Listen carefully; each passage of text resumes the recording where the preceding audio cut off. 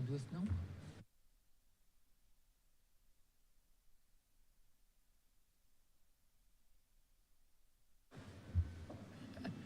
I didn't know that we said. Oh, yeah, man. You don't know. Speaker, we revert to government business. Honourable Leader, government business.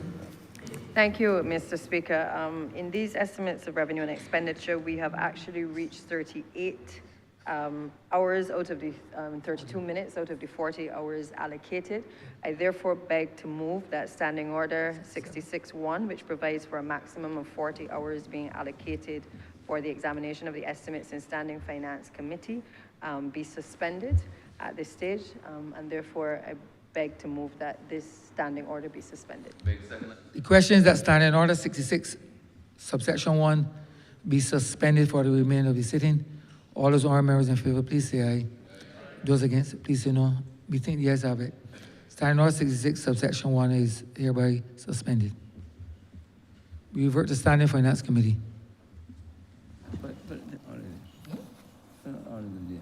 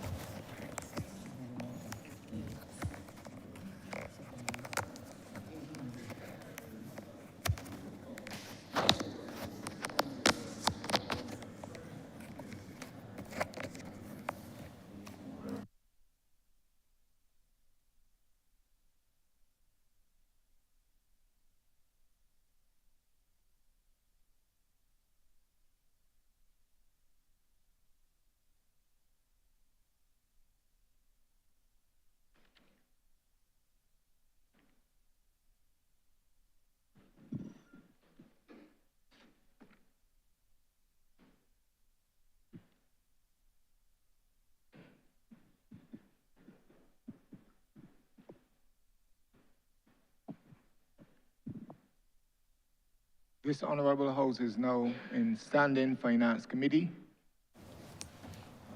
Mr. Chairman, Ministry of Sports and Community Empowerment.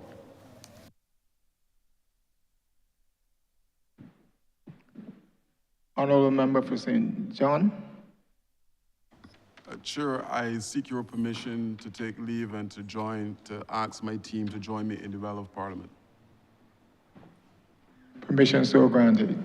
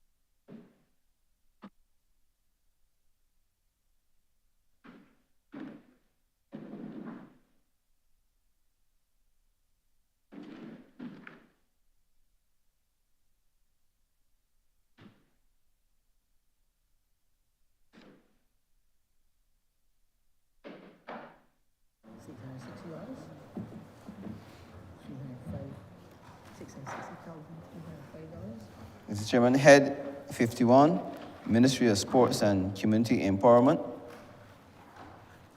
in the amount of $56,660,305.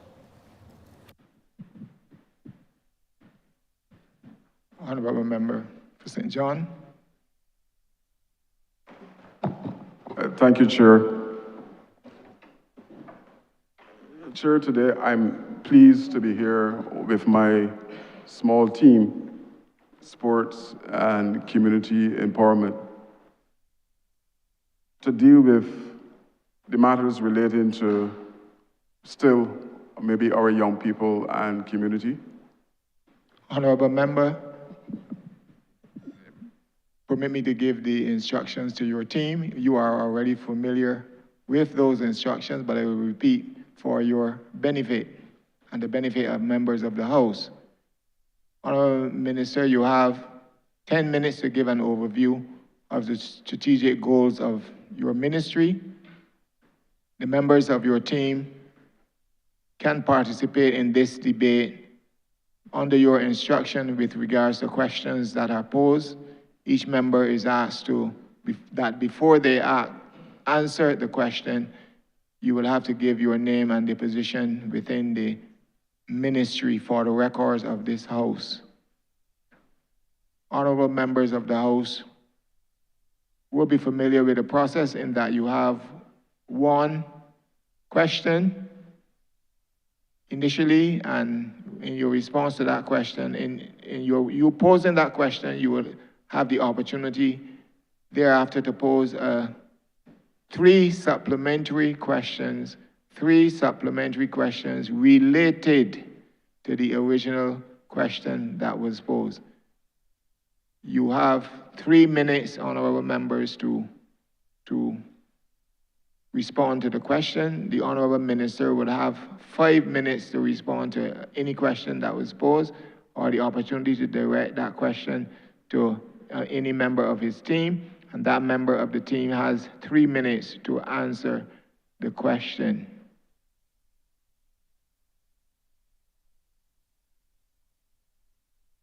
Honorable member, you will proceed. Thank you, Chair. First, Chair, I must say thank you to my constituents in St. John for sending me back to work. In relation to the task at hand, I will speak first about community development. And community development, as in the other sections of the ministry, is using a proactive approach in terms of how we reach individuals in the communities. We have started a process called the Center Management Committee, that provides an opportunity now for communities to own, so to speak, the community centers in relation to programming at those particular locations.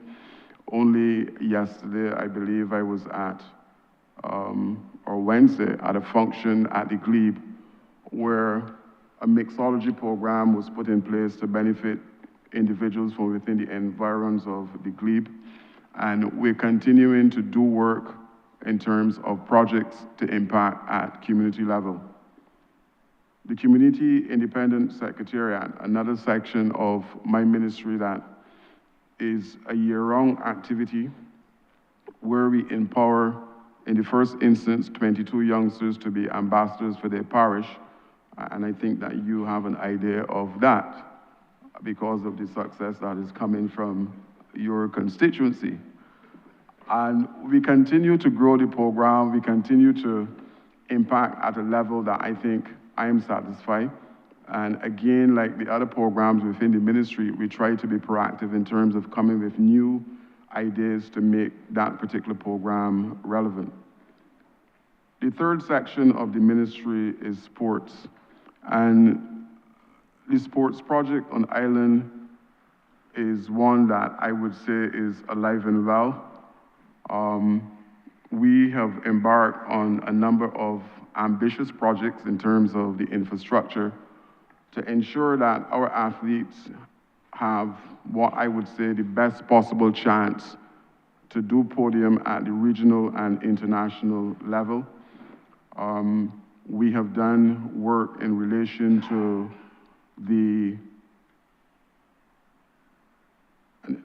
permit me, Chair, to go back and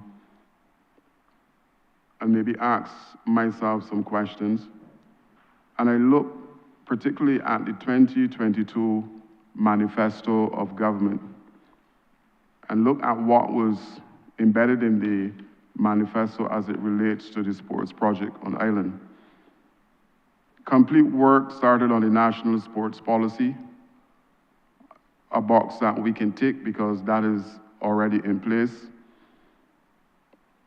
Complete the much desired redevelopment of the Barbados National Stadium, And only this morning I saw an article highlighting the fact that work is at a serious stage in relation to that. We had the mini stadia project, developed 15 mini stadia across the island, work already completed. Prioritize the further development of the Wildy as a multidisciplinary sporting center in Barbados. Box Stick, we have now a volleyball facility, 400 track almost completed, a multipurpose facility for badminton and squash already in place. So, Chair, the sports project is alive and well. Currently, we have at least 6 major infrastructural projects that are happening. We continue to do work as it relates to the community through the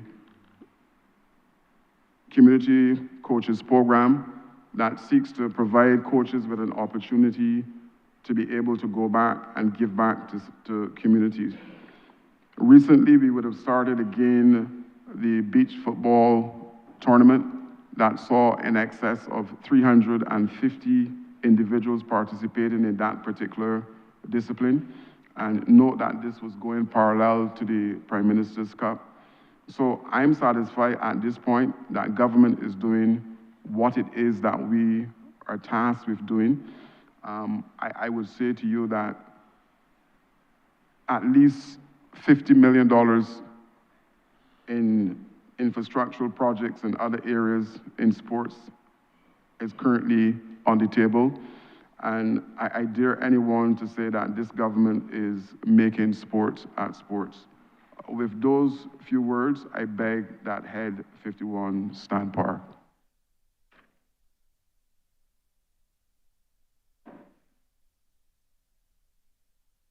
The question is that Head 51 stand par. All honorable members in favor, say aye. Honorable members against, say no. Methinks the ayes have it. Honorable member for Christchurch West. Thank you very much, Mr. Chairman, and good morning, Minister and your team. I'm going to ask questions as relates to fields and development of sporting facilities and fields around Barbados. And I'm going to come to the one, of course, I have great interest in St. Matthias. And I want to thank you for starting the Pavilion Stroke Resource Center, but obviously the hard court and the rest of the field also has to be developed. So I would want you to discuss that with us. But before we do that, I happen to be in the parish of St. Lucie, and I saw a field, I think it's by the Ignatius Bayer School, and I noted that it didn't have any lights on it at all. And I was wondering, your lighting program, are there any plans at all to do the lighting of the field by Ignatius Bayer School? Thank you, Honorable Member, for that question. We would have embarked on what I think is a very aggressive lighting program across the island. In most cases, what we're hoping to do is to ensure that all of the fields that are owned by the state are the ones that we put lights on first. And I think that we are doing a pretty good job of ensuring. We would have had to retrofit a number of locations. When I came to the ministry, there were a number of poles that were rotten and we had to replace them. I think that particular process is now completed, but I will ask Mr. Matthias to give you a more detailed answer in relation to the question that you're asking. Good morning. Nicholas Matthias, Senior Superintendent of Works, National Sports Council. To answer your question, sir, the field and hard court specifically at St. Matthias, we were hoping to use some of the excavated material from the resource center to build up the field that we were going to put in place for the school and the surrounding district, but a lot of that material came out as that rocky, broken material. So we know we have to import material for that, and the hardcore is as part of the plans to come along for that facility as well. So as you correctly said, we have broken ground and we are in the process of building out for the pavilion resource center itself, and we'll move on to the hard court with the car park, and the field we'll leave for last because that sort of landscaping will come under the landscaping aspect of it. For Ignatius Boyer, that was actually part of the original lighting program. The program itself was started, and about 7 fields did not make it into the program because of the expense based on the monies that we were given. But Ignatius Boyer is part of that program, and we are looking to continue it along with the other 7 that we would not have finished as part of the original program. So I can say yes, Ignatius Boyer, we have a good working relationship with the club and the school there, and we are definitely looking forward to seeing if we can get that done within this financial year. Thank you, Ms. Matthias. Well, of course, it begs the question of what are the other 7? So please enlighten us, because there are many of my colleagues, who may not have a chance to ask a question at this time, but we'll be very keen to know what the other 7 are. Please, thank you.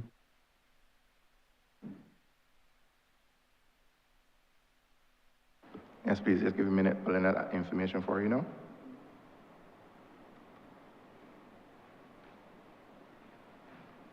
While he's checking, Minister, what I would say is that there is a program in place that we will systematically get to all of those fields. There's some fields that are not ours. For example, the YMCA. This was earmarked as a dedicated football field, but we know that we need to put lights on that particular location. So there is a systematic way that we're going about ensuring that all of the fields are lit, because it is one of the ways that we're going to grow the sports by having communities involved in the process. So if the pyramid at the bottom of sports is broad, then I think those diamonds in the rough will have an opportunity to rise to the top. Mr. Matthias? Yes, please. So the 7 that are left for the original lighting project: Ignatius Boyer, St. Lucie; Crab Hill, St. Lucie; YMPC, Beckles Road, St. Michael;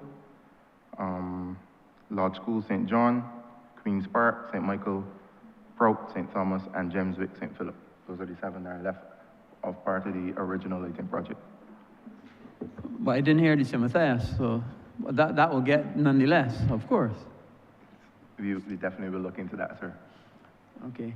And then, of course, the final question then, Minister, has to do with the bleachers. Because I know you also had a bleachers project, and of course I want to be sure that we're going to get bleachers at St. Matthias, but how far are you with the bleachers, and where are you able to go next to be able to complete the bleachers for the rest of Barbados? We have started the process of now importing, I think, some permanent bleachers that Mr. Matthias will also speak to. But we have in place the mobile ones that can move from location to location, and that has been working well in terms of providing communities and clubs with an opportunity to have additional seating when there's a particular tournament on. But the permanent ones, I know the pads were down in several locations, but I will allow Mr. Matthias to expand as far as that is concerned. So the first set of bleachers, the first 50, which are the smaller portable ones, all of them are on island. We are using them currently.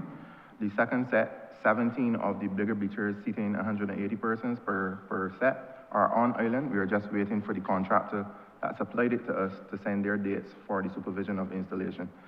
We have started the prep work in terms of the bases at all of the locations that are necessary for them. And essentially those locations are the mini stadium locations.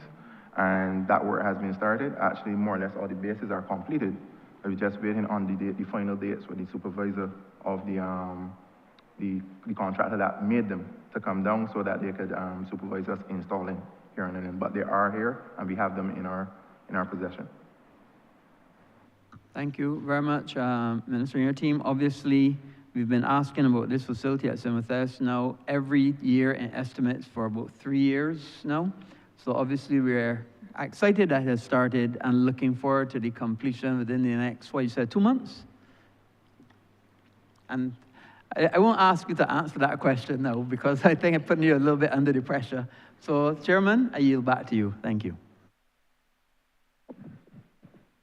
Thank you, Honourable Member.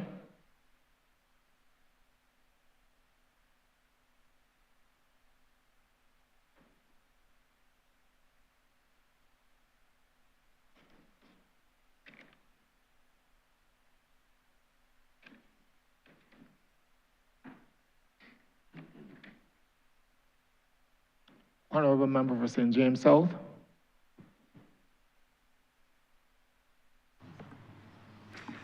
Thank you, Chair, and a warm good morning to the Ministry.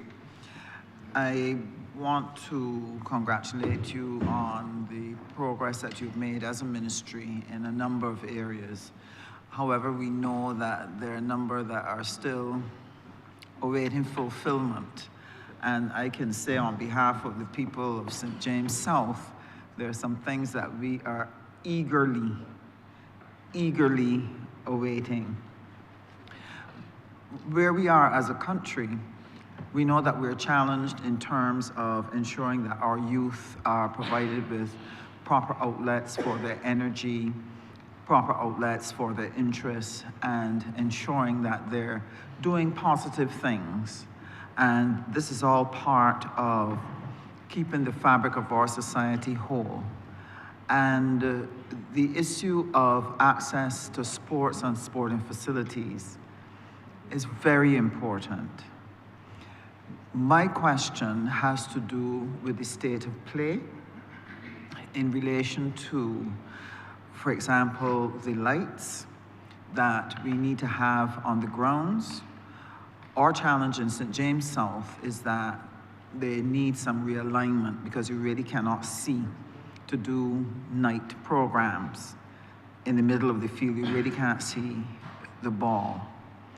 The other issue that we have is access to the exercise equipment. We haven't had that as yet. And we have a couple of facilities that require access to changing rooms. But the biggest need, our biggest need, is a community center. In our area, there is no community center where activities can take place. And we have been requesting from the ministry some assistance to be able to renovate a building to allow us to be able to provide the community, which between St. James South and St. James Central represents some 3,000 to 4,000 people in need of that community center. So I just want to get from the ministry, what are the plans to deal with these issues in St. James South? And when can we anticipate a start to the implementation of those plans for the people? As you know, we have some troubled areas, and therefore a fast track on this is really critical for helping us to lay a hold of our communities and focus in the powerful energy of our young people in a positive direction. So I would appreciate, and I know the people of St. James South would appreciate to hear it from you, as opposed to me promising when I don't have the power to actually implement. But with your power, I know that it will make a difference for them hearing it. Thank you for the question, Honourable Member. Yes, first of all, let me deal with the focusing of the lights.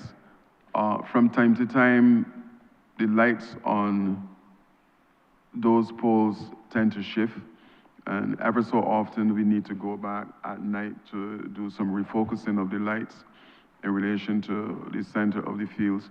And we would have started the process of doing that. As long as we are aware that there's an issue with the lights, we tend to go in and fix that. I think I'm familiar with the location that you're talking about in Husbands. I believe that you need facilities for changing.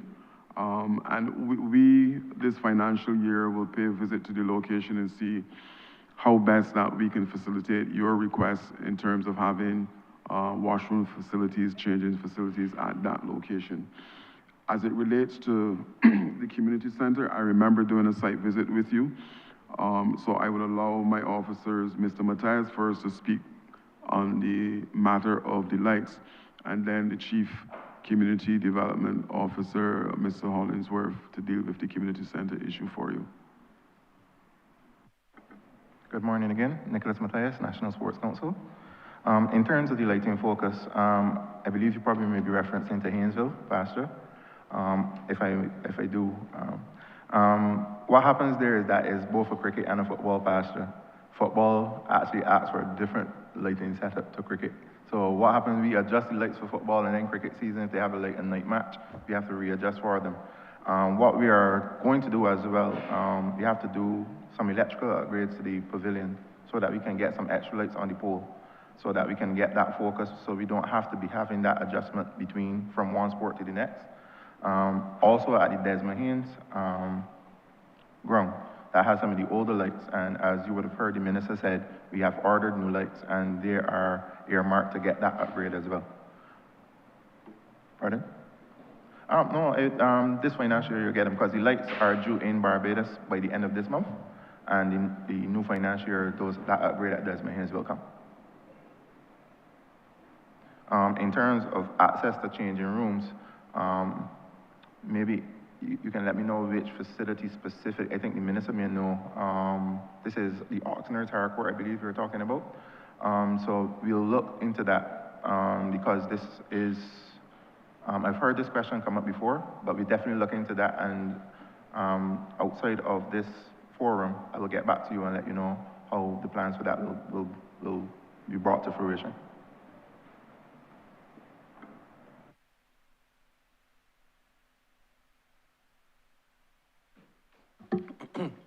Thank you very much. Good morning, everybody. My name is John Hollingsworth. I'm the Chief Community Development Officer, Community Development Department. The Community Development Department is very much aware of the need for community center facilities within the constituency of St. James South.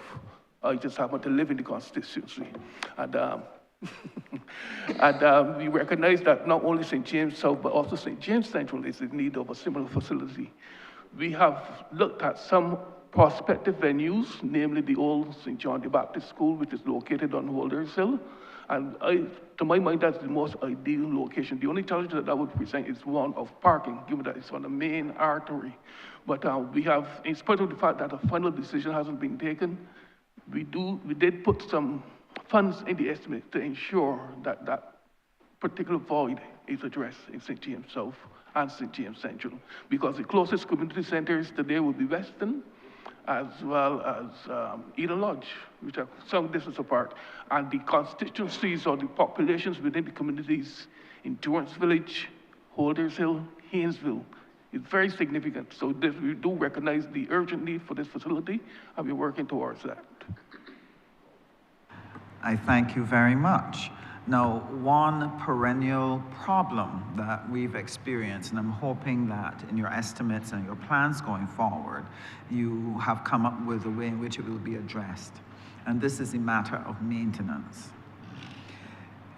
A lot of the fields become less than optimal for play, whether you're talking about cricket or football, etc.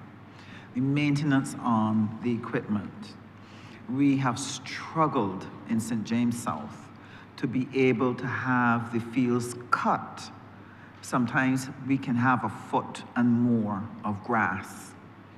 And we have to be calling constantly, when can we get this cut?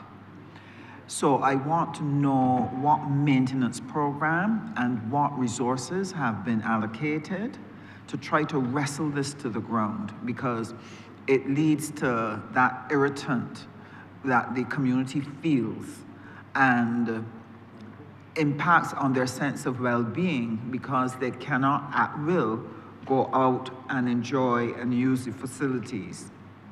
And this leads to idle hands having nothing to do, which is very dangerous for our country.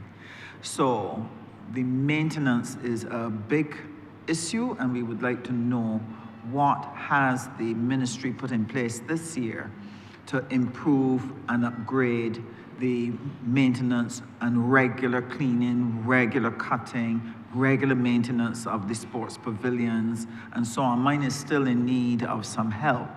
Even though we've sought to help ourselves, we're still awaiting some help with our sports pavilion.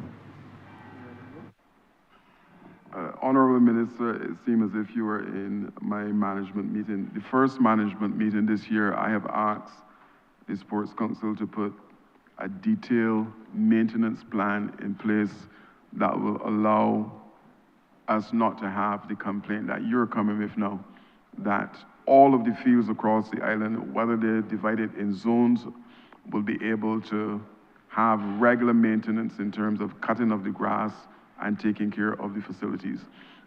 In addition to that, similar to community development, I have asked the National Sports Council to put center management committees in place at all of our pavilions that will allow a team or a grouping from within the community to be able to feed back information to the National Sports Council in relation to issues with the property and the playing field as well. But I will allow, again, Mr. Matthias to expand on this for you.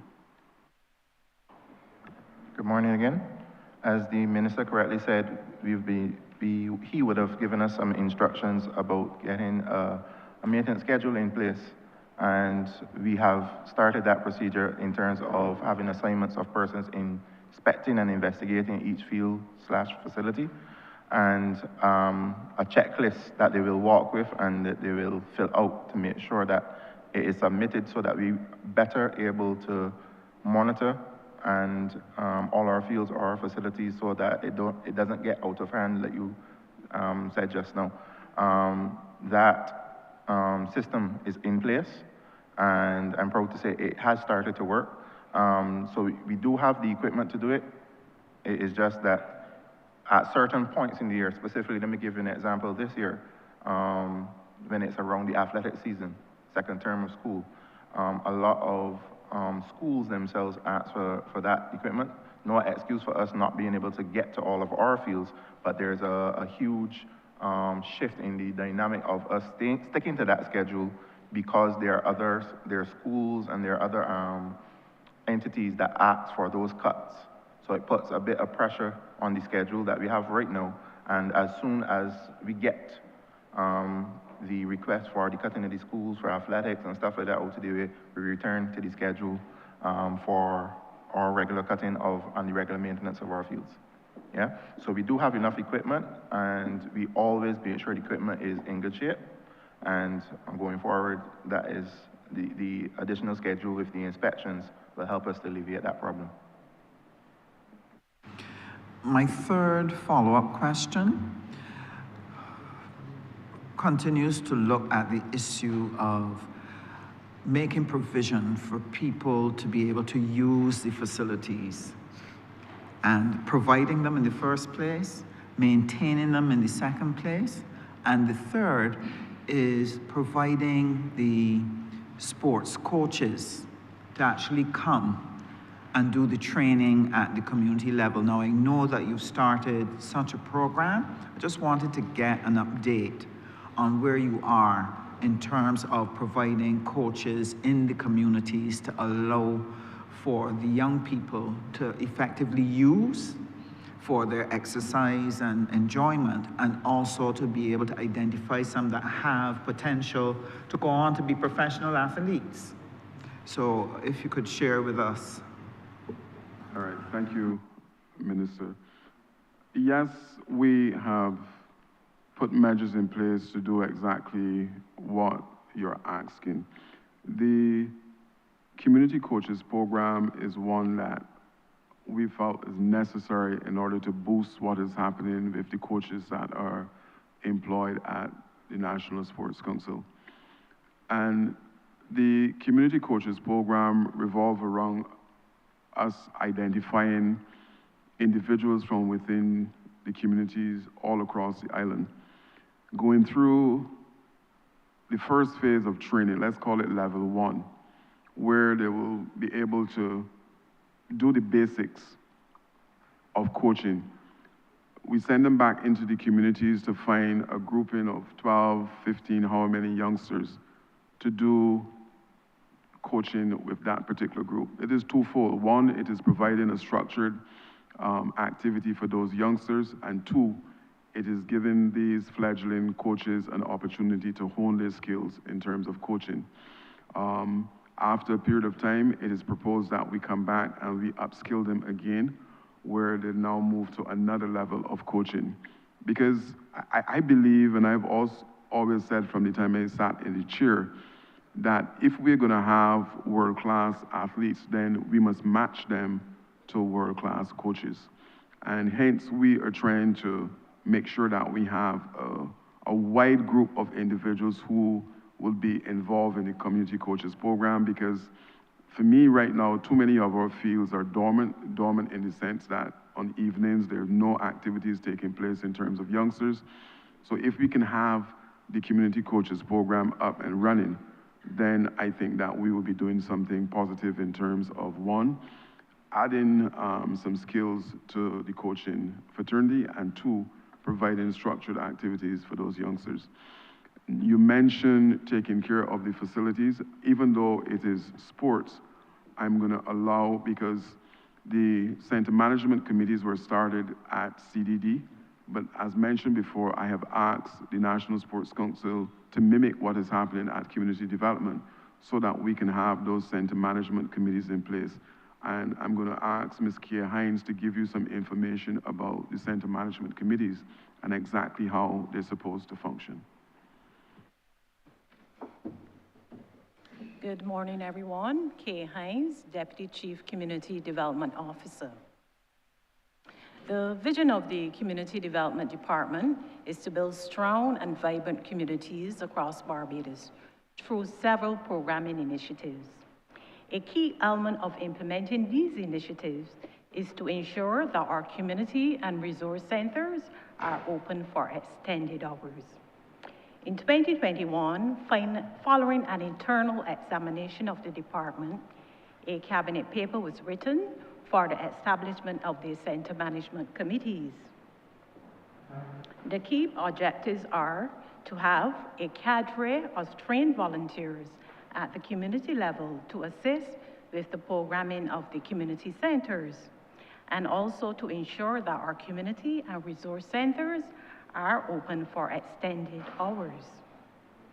In 2023, 4 center management committees were formed at Rice's, St. Elizabeth, Dratsall, and the Greens Resource Centers. Over the last 3 years, the committees have done several initiatives at the community level. For example, health fairs, partnering with other organizations, the DEO within the communities, and being involved in a number of Christmas initiatives. Today, the department has formed a total of 14 center management committees throughout the island. And we are intensively working to have the other 20 plus committees formed at the various community and resource centers. Thank you. Thank you very much for that. I trust that I will be hearing good results in terms of the center management for St. James South. This would be important to us, and we can speak offline about an update on that. And let me thank the team. You have such an important role to play in moving Barbados forward, and so you have our fullest support in relation to your work. Our ministry looks forward to also working with you very closely in helping to develop practitioners and persons who can engage at the community level and to be able to strengthen what you're doing, because it is good work. Thank you. Thank you. Honourable Member for St. Michael Northwest. Thank you. Good morning to all. Minister, I am acting on behalf of the good people of St. Michael Northwest and the Deacons community and surrounding areas. And my concern this morning relates to the Deacons Development Center being put back into good use to benefit the youth across the constituency. And I would like to know what plans your ministry has in relation to actually rebirthing this community center, the Deacons Development Center. It have been out of operation for a long time, and I know a lot transpired in between that time in terms of having it transferred from housing to the Ministry of Education, and presently now under the Ministry of Sports and Community Empowerment. And I can say that Deacons is a sporting community. That facility have great potential in being able to become the first youth hub or youth development center to benefit the youth across this constituency. And I want to know what plans your ministry has to really put this facility back into use to benefit the good people across my constituency. Thank you, Honourable Member. You are correct. I believe it was late last year, we had a site visit with the Barbados Vocational Training Board.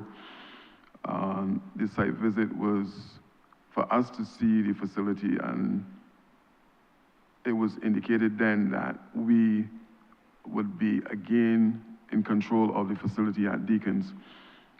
Unfortunately, at the time of the visit, it was outside of, or it was not included in our budget for the financial year. And you are correct, I see it as possibly the first youth center on island based on that tour of the facility.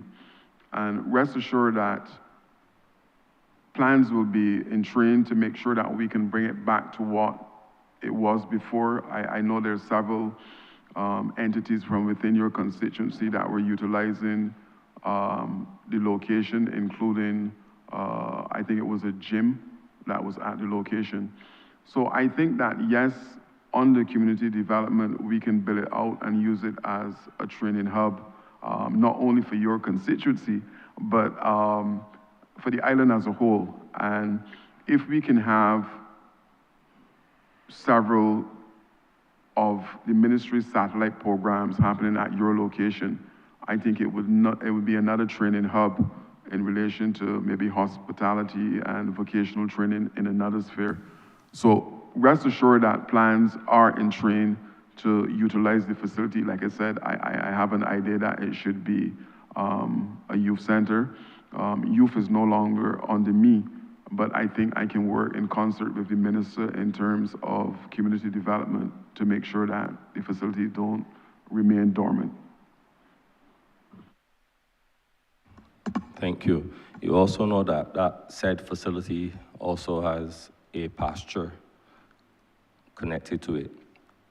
And in relation to the maintenance of that particular pasture and a few others across the constituency, to mention like Furnihurst, they also have like the Ellerslie School pasture as well.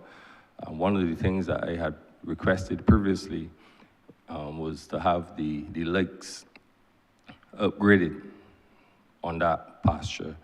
And prior to that, I had also requested back as far back as 2018 to also have lakes installed on Ellerslie School pasture to benefit that community as well. Could you tell me if having those lakes upgraded and the lakes installed on Ellerslie pasture will be possible within this financial year? I will have to speak to my team in relation to Ellerslie. Look, you would have heard mentioned by Mr. Matthias that one of the locations identified for lights, the Lord's School, and that came up from the time that I was at the ministry, and I indicated to them to pause because the truth is that, yes, lights may be required, but I don't think the impact will be that great at Lodge School as other areas. So I decided to pause the lights at Lodge until I can impact on other communities that are in real need of lights. You mentioned the pasture, and immediately I remember a meeting with the BFA where the international body is looking to develop what they calling mini playing fields at specific locations. One was identified at the Queen Elizabeth location, but that we since had to shelve that. And maybe your location at Deacons is fit for purpose now that we can move one of those small playing fields at the location, because the president came back to us sometime early this year to say that they're ready to go. And if it is the case that we can press the location in place, then yes. As far as the lights, I would allow Mr. Matthias to speak on the possibility of you having lights at Ellerslie. But note that we are trying to make sure that we place lights at locations that will have a significant impact in terms of the use of that particular location and the target population that we're trying to hold on to. Mr. Matthias? Good morning again. To answer both the questions, as I had said earlier, we have some lights coming in that we would have ordered for the continuous upgrade of the facilities. So definitely Deacon's Pasture will be part of that upgrade in terms of the lighting. I will talk to the minister and my team regarding the lights at Ellerslie Secondary. It was not part of our original scope, but as the minister just said, we will meet and sit down and come to understanding how we can best assist with that. Thank you, sir, and having them installed will be much appreciated. Thank you. So noted.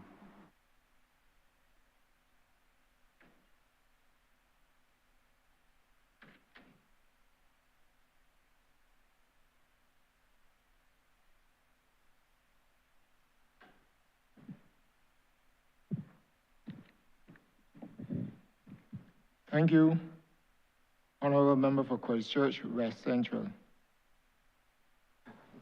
Thank you, Chair. Minister, you have been recognized in your team as the best sporting team ever in Barbados. You yourself, and rightfully so, one of the best sporting ministers that we have seen grace our country. My question, unlike the others, does not have a parochial sense of appreciation, although it was initiated in the fulcrum of Christchurch, the great constituency of Christchurch West Central.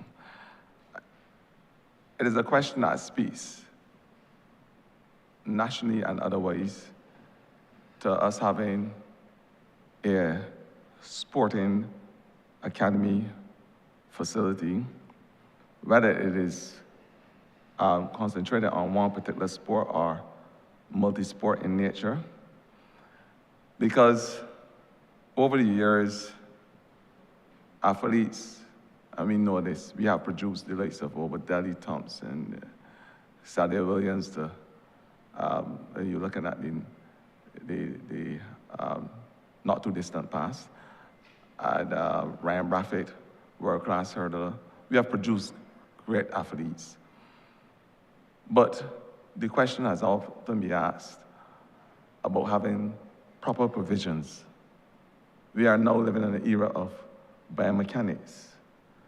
We have introduced science at a high level, the kinematics, all these things that are now injected into increasing the performance of athletes around the world. It's in my head that F Barbados is supposed to produce competitive athletes, top performers in the way that other countries are doing. I would think that, Minister, that the conversation must now surround itself with us having equally top-performing facilities. Is there any plan in your ministry to have a sporting facility where the young footballer in Gull Hill could go and have a school or facility from morning to evening, whatever, where he doesn't have to go work, come home tired, and rush to play a practice on evenings after he's tired from work, where he will learn all these different things that he discussed previously. Where, in other words, we produce a holistic and top performer as it relates to our athletes in Barbados. Is there this plan to have this facility? And if so, can you expound on the importance of having these things so that our athletes can compete with the best in the world? Thank you. Thank you for the question, Minister. It is a destination that we're hoping to reach. I agree with you. We are on all fours that the world is moving to technology now where every single thing is being plugged into different devices to ensure that best results are coming out at the other end. In terms of having a facility, I think it would be an ideal situation to have maybe a school where our youngsters can go to that particular school, do schoolwork, and train as far as the athletics are concerned. But plans are in place. Only recently, Miss was here in the well, and I think that we must now work parallel to Miss in terms of trying to identify the necessary technology that we can put in place that will benefit our athletes. And this is athletes on the whole, not only track, because really and truly the world is moving at a pace where technology is embedded in every single thing now as far as sports is concerned. So I take your point, and like I mentioned at the very beginning, it is a destination that we're hoping to reach. And I believe that we can also work with the University of the West Indies because there is a partial high performance, speaking subject to correction, high performance center at the University of the West Indies by Dr. Rudolph Allen.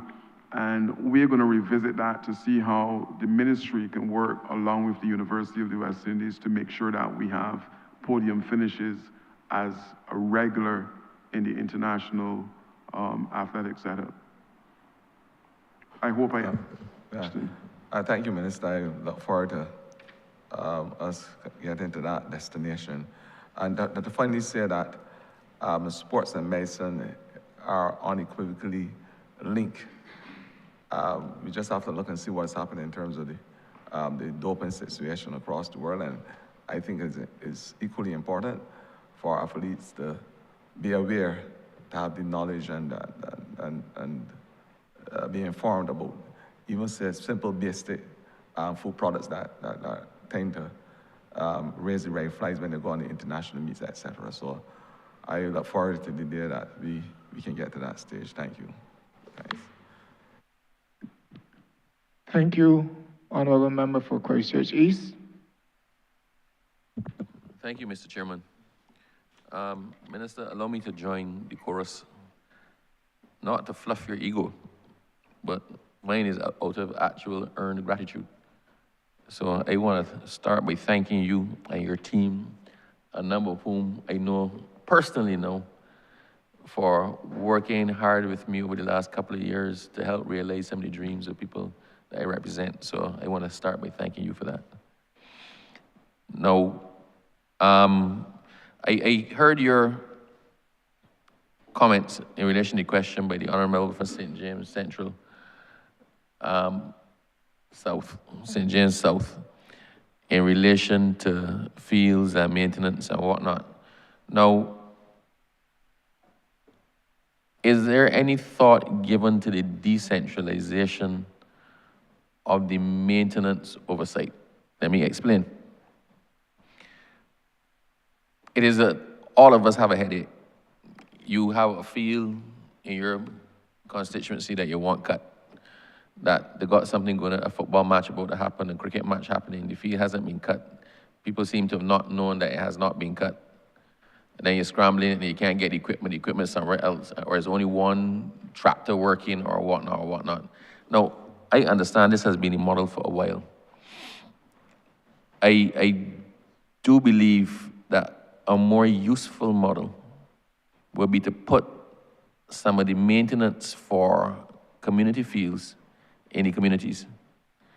So, if you have a group of persons, a lot of persons in communities do the bushing and do maintenance and whatnot as part of successive government programs to keep people employed. But if you have people who are capable of maintaining the fields, if you live in a community, you know the field ain't cut. You pass it on a day, you see the grass a foot long, you know a football match coming up, right? They're the people most perfectly positioned to actually maintain the grounds on behalf of the National Sports Council. It removes a headache from you. And frankly, if you have community-based persons, qualified community-based persons, who are supposed to be maintaining the field, and everybody knows they're supposed to be maintaining the field, and they don't do it, then that, quite frankly, does not blow back on you in a way that it does now. So I'm wondering if there has been any consideration given to awarding contracts to those persons such that they can actually procure their own equipment. They will have to be able to maintain their own equipment. They will have to be able to make a rotating schedule to deal with the fields in their catchment areas. And then you all can provide oversight on supervision. So as opposed to trying to find a tractor to send down to parish land, you could put Mr. Matthias in a vehicle and let him drive around to Parish Land and Silver Sands and Ferry Valley and whoever else to make sure that they actually are cut. One person instead of a lot more. Has consideration being given to that, and is that something that we can implement this financial year? I believe it will solve a lot of your problems. Thank you, AG. I'm smiling because we try to be proactive in the ministry. It is unfortunate that maybe we have not reached you as yet, but I can assure you that all that you're asking for is already in place. I'm going to take this opportunity now as well to ask all members where there's a pavilion in your location, to submit names for that center management committee. Because in addition to our officers who are working at the location, the center management committees are supposed to do exactly what you're asking, to be able to interact with us at Central Ministry to say that X, Y, and Z should be put in place. But what you're asking for is already in place, where we have contracts being allocated to individuals from within communities. But I will allow Mr. Matthias to further expand. Good morning, Nicholas Matthias, National Sports Council. I smiled as well when you were making that comment, along with the minister. Thus far, we have 11 contractors, brand new contractors, that we've engaged to assist us in the maintenance of our fields. We started this financial year, and I'm happy to report that it's working out well. So what we would have done, we would have assigned 6 fields to each contractor. We also would have started the program where they would more or less be given the startup tools, and based on how they work, they would pay back for the tools that we would have given for startup. Until they get their business to a level where the actual driving equipment, such as the mowers and stuff, come into play, we will assist them with the actual cutting of the surface, but they are responsible for the maintenance. Right now, we have 11 teams that have already been assigned. And exactly as the minister said, I would be very happy to engage anybody in the community who can also assist to this. And we can also have a discussion of this going forward, so that we would know how best we can go ahead going forward. Well, thank you. That's some good news there. So I want to expand that exact same thing a little bit further. So that's in relation to the fields. But in relation to the general upkeep as well of the plants, we had a very harmonious relationship where some community people ended up helping to finish off the parish land pavilion, and they did so proudly and it did what it was supposed to do, because if you go there on any given day, the property is being well kept. So people are taking a pride in making sure nobody don't drop garbage there, making sure nobody ain't writing at the walls, whatnot. So the community did it, and the community is policing it itself. Now, I did go to a pavilion recently, and somebody gave me the child to hold. And I held the child and I was stepping back. It was one of those pavilions where the step is concrete and then there are boards across for the seat. And if you place that. So the seating is planks, but the structure is step-down blocks. And I stepped on a on a plank that was loose and almost gave way. And all you're thinking about is, please don't let this woman child drop, right? But equally in relation to the maintenance, it is hard once again, there are just too many sporting facilities in Barbados for you all to be able to adequately police it and monitor it. Like we are suggesting in relation to the upkeep of the fields, maybe we can again look at a policy where a costing is done, and then that goes out to the community as well. So you know it should take, I don't know, $10,000 to bring this here back up to scratch, right? You give the people $10,000 and they fix their pavilion or their sporting facility or replace this or replace that, and it takes it once again out of you. But based on the framework that you've laid out for the Center Management Committee, that is, I guess that is something that's being contemplated by them as well. Is it? Very much so. One of the things that are, one of the requirements in relation to the setup of the Center Management Committees, because we're dealing with buildings, it is hoped or it is expected that at least one member of that committee would have some kind of knowledge in terms of construction or building, because then it would make it a lot easier when they're submitting reports to be able to identify, like you said, a plank that is loose. So all of that is embedded, and I will share the information with all members in terms of what is expected of those center management committees and the setup of the center management committees. The final thing in responding to you is that I think you're in a position to replace that baby if necessary. Okay, and the last thing in this regard is, look, I think you should have a standard time for the opening of all facilities and a standard time for the closing of them. So if I decide that I want to go and scrimmage football, and I turn up and the field is available and I'm playing a game on it, I should be able to scrimmage, and if I have to go to the bathroom, know that the bathrooms are open until 8 o'clock, right? It should not be that you have to go and look for somebody with a key to come down and open. Exercise doesn't work like that. If we're trying to get people to use our facility, it's not, the things are not just there for cricket. The things are not just there for football. Once you put lights on a field, you see people come out there, start to walk. As you put on lights on a field, people start exercise on it. A match might be going on or something might be going on, but people are still walking around the outskirts, getting their exercise. So I believe we should have a schedule. You know this facility opens at 8 in the morning and it's open till 8 at night. The days of tracking down the caretaker for the key, I believe, should be gone. We're trying to get maximum use out of facilities. They should be open as long as possible every single day. So I want to know if you are looking at that. If you are not, I suggest that instead of just having the person who works, I don't want to think the caretakers actually work, to tell the truth, right? But it should not be that somebody works from 10 to 4. Because nobody use the playing field between 10 and 4. Right? People may use it in the morning early to get into exercise or run laps before going to work, and they're definitely looking to use the facilities when they come home. The sun goes on in Barbados way too early. Right? I wish we had daylight saving time, but we don't have it, we have lights, so I thank you for those.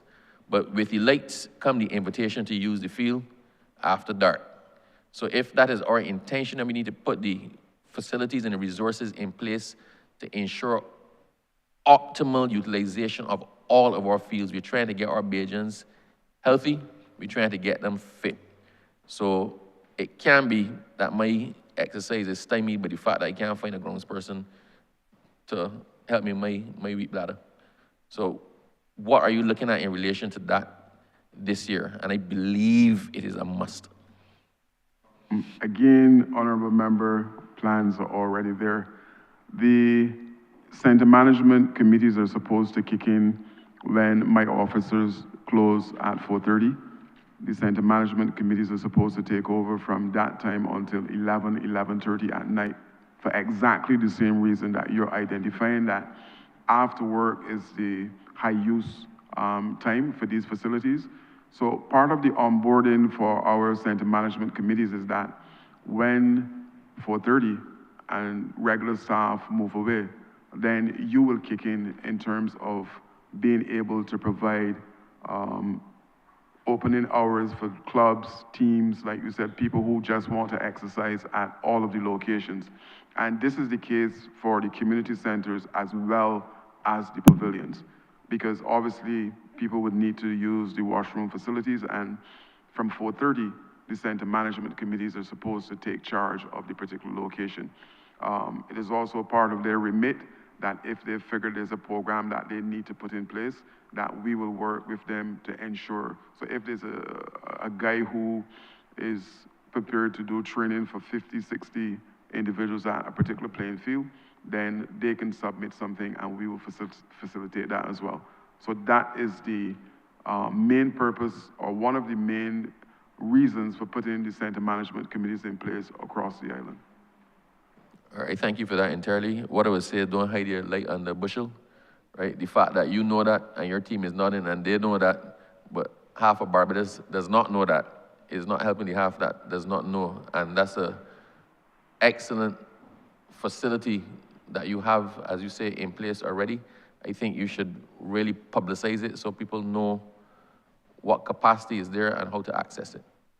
Yeah, I take responsibility for that, and like I said, we will do the necessary pivot to make sure that all members are aware of the requirements as far as the center management committees are concerned. Thank you very much, Minister, and your team. Appreciate it.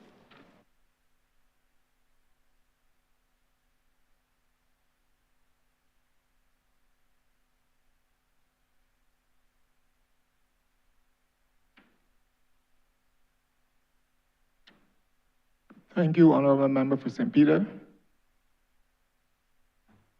Thank you very much, Mr. Chairman.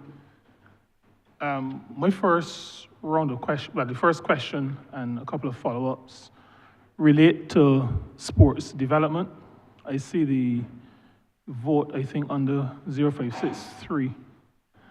And there is a sub-program or a category of expenditure under 315 grants to non-profit organizations.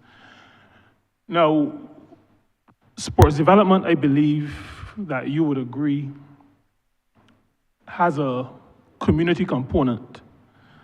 I'm asking specifically related to an initiative of the parish organizing committee, the Pearson Jordan Memorial Road Race. Pearson Jordan being a former Olympian, no relation to me as far as I'm aware, but a former Olympian who was born and grew up at Sand Street in Speightstown. Is there a process for getting assistance in developing these community-birthed programs? I'm asking the question because we have had some assistance, but every year it seems to be a little bit uncertain. And what the chair and the committee of the parish organizing committee and all those who work to organize this race, Memorial Road Race, are attempting to find out is what is the structure so that we are clear.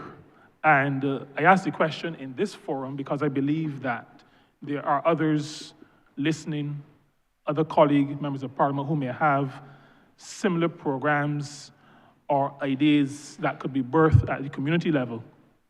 and would want to be sure that they're following the correct procedure so that they can obtain the assistance that I see in your vote in that, under that head. If it comes from there or if it comes from the National Sports Council, we're not sure.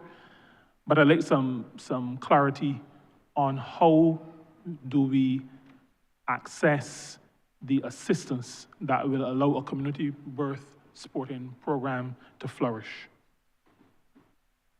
Thank you for your question, Honourable Member. Yes, one of the things I want to say here is that this government would have done so much in relation to sports development.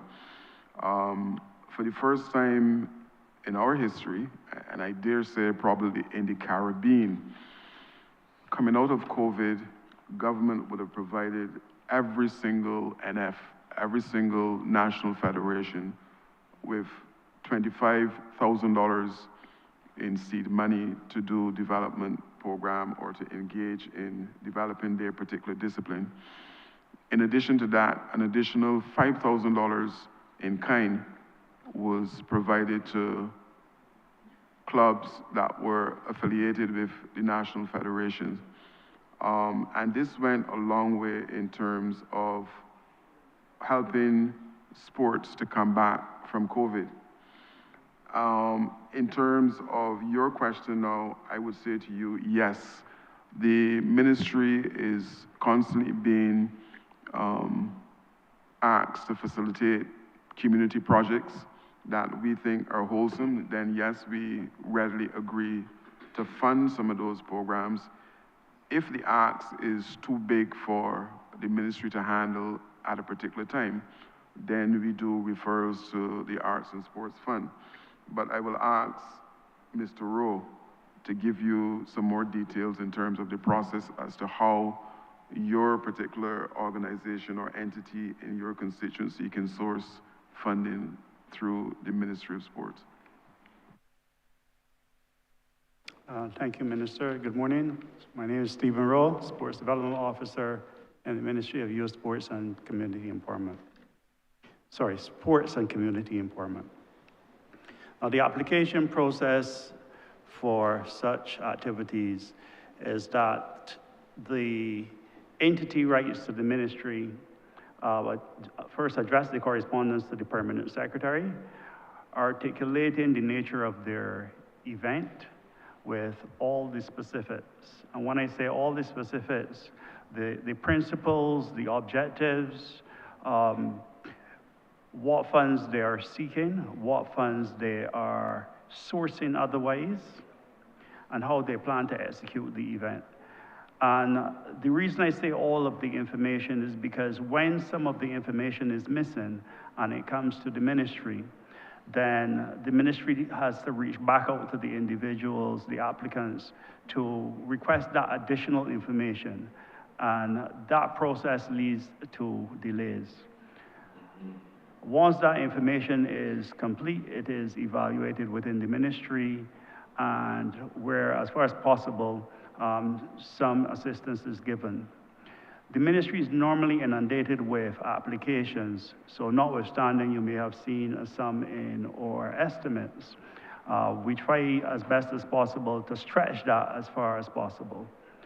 As Minister would have indicated, where the ask is larger than the sums that we can provide, we normally channel that application to the Arts and Sports Promotion Fund. The applicants also have the option of writing directly to the Arts and Sports Promotion Fund, where it would be addressed to the chairman of the Arts and Sports Promotion Fund, Bay Street, St. Michael, Government Headquarters, Bay Street, St. Michael. And the same type of information would obtain, ensure that the application is complete, because where it's not, then the secretary of that committee would have to be writing back or calling back the applicant for that additional information. Once the information is complete, it is considered by a committee, the Arts and Sports Promotion Fund Committee, which makes recommendations to the fund manager, who then takes the final decision on what level of funds would be granted. and those responses are then communicated to the applicant.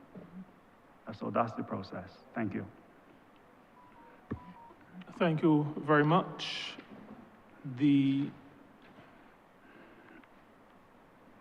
One follow-up question to that, do you have a time frame? Assuming that you have all the information, and I'm referring now to the ministry and not to the Arts and Sports Fund. Assuming that the ministry receives all of the information that is required, this is in the communication addressed to the permanent secretary, what is the approximate turnaround time? That is important information because planners need to have some kind of idea of when they're going to get a response when setting dates for activities. I would say to you, Honourable Member, as long as all of the information is in place, 2 weeks should be a good time in relation to having a response from us about the request that came for assistance. Thank you very much. I'm hoping that that is not just your response, but your response on behalf of your ministry. That is to say that the officers are aware of that turnaround time.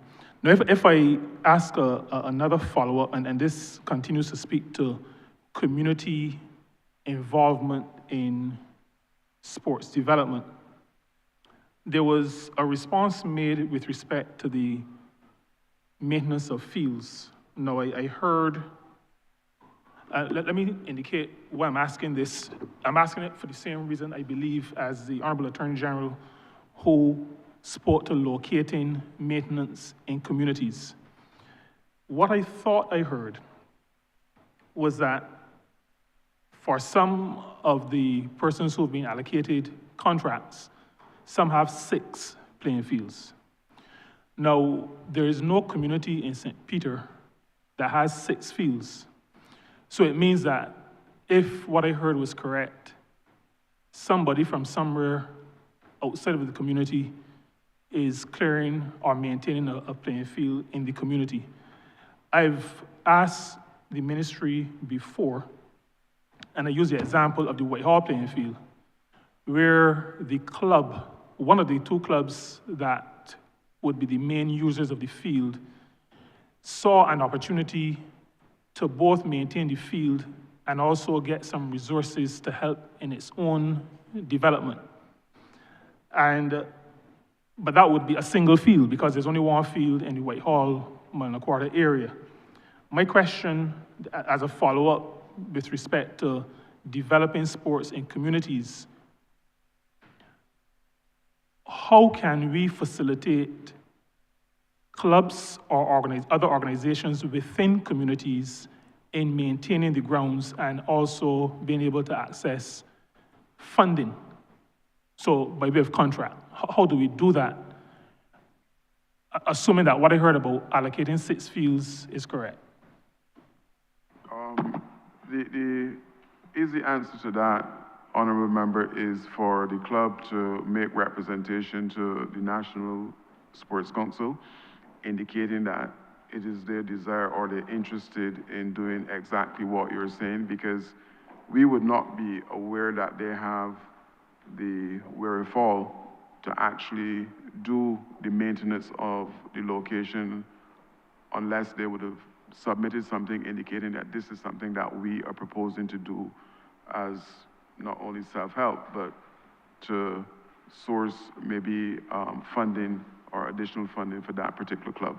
So as long as the community group or the club that is functioning at the location make representation to the Sports Council to indicate that we can do X, Y, and Z, then as far as possible, we will try to facilitate that.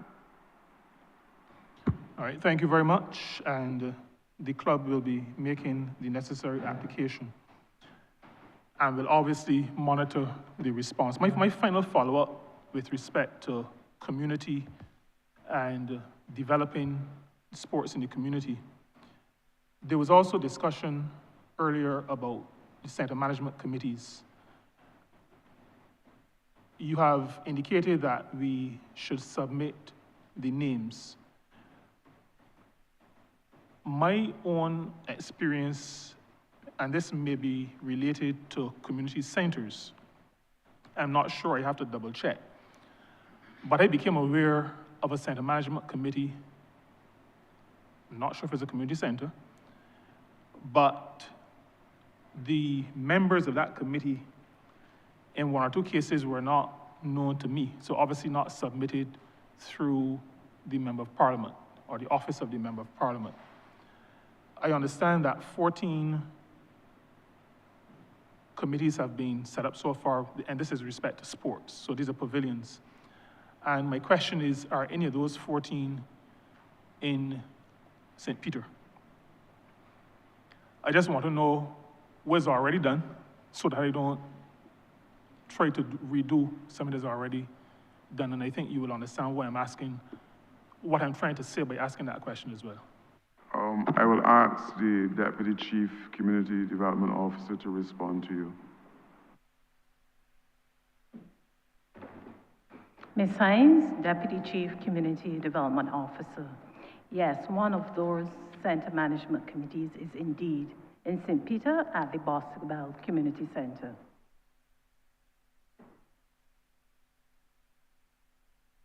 Thank you very much. That is the one, Mr. Chair, I need to do a follow-up because that is the one I already know about. The question really related to the pavilions, which I think, when I wrote down the note, 14 done so far, I think it was said but I thought it was said in relation to pavilions. Are you saying that the 14 related to community centers? These are around the entire island. Okay, so one community center, but there are no pavilions that already have. So we're not to submit for the pavilions. Okay. Thank you very much, Mr. Chair. I yield back until you do your second round. Sorry, Minister, I think you have one facility that is dual purpose, if I am correct. So you may not need to submit one for the pavilion if the community center is in place. I'm speaking subject to correction, but I think that one of your facilities is a... Yes, that is Black Bess, where there's the pavilion on the east and upper, and the resource center on the ground floor and to the west. Okay, it will be sorted. I will be in contact with you.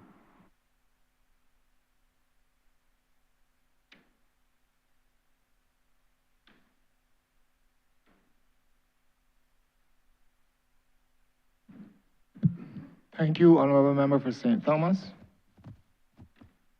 Thank you, Mr. Chairman. Let me begin by thanking the Honourable Minister for his forthright contribution to the committee this morning. And let me congratulate him and his team for the excellent work that you have been doing, working with the sporting organizations to ensure that the government does not only talk the talk, but walk the walk.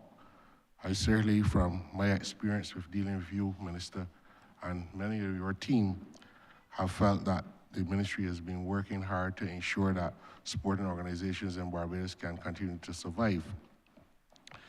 Indeed, we are very happy in the community of St. Thomas that the Bridgefield facility, the mini stadium there has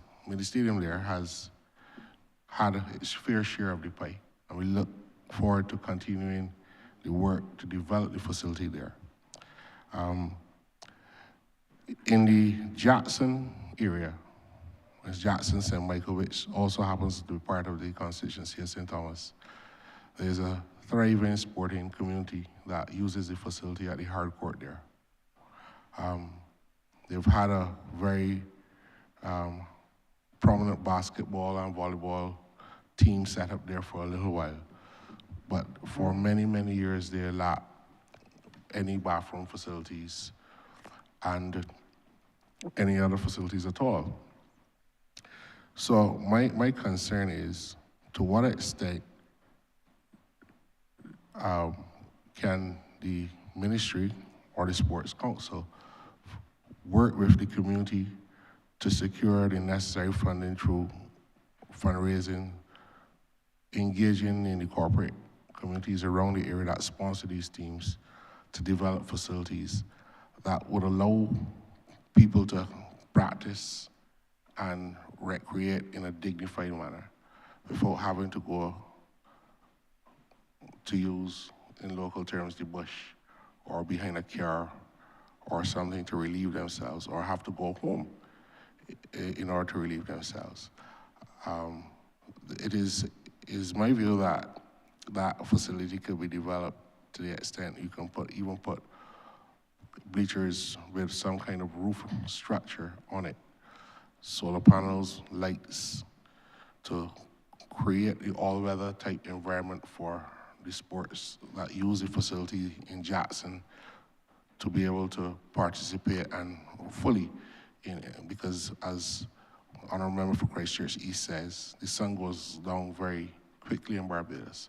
And you have a short window of opportunity after leaving work to get home, to get to the sporting or community facility. So therefore, and if the rain falls, that's the end of the day for you. So what plans do you have to develop that facility, if at all? I know there's been talk about using the containers and getting them in. Those will certainly be cheaper to install and to maintain than building out a concrete structure.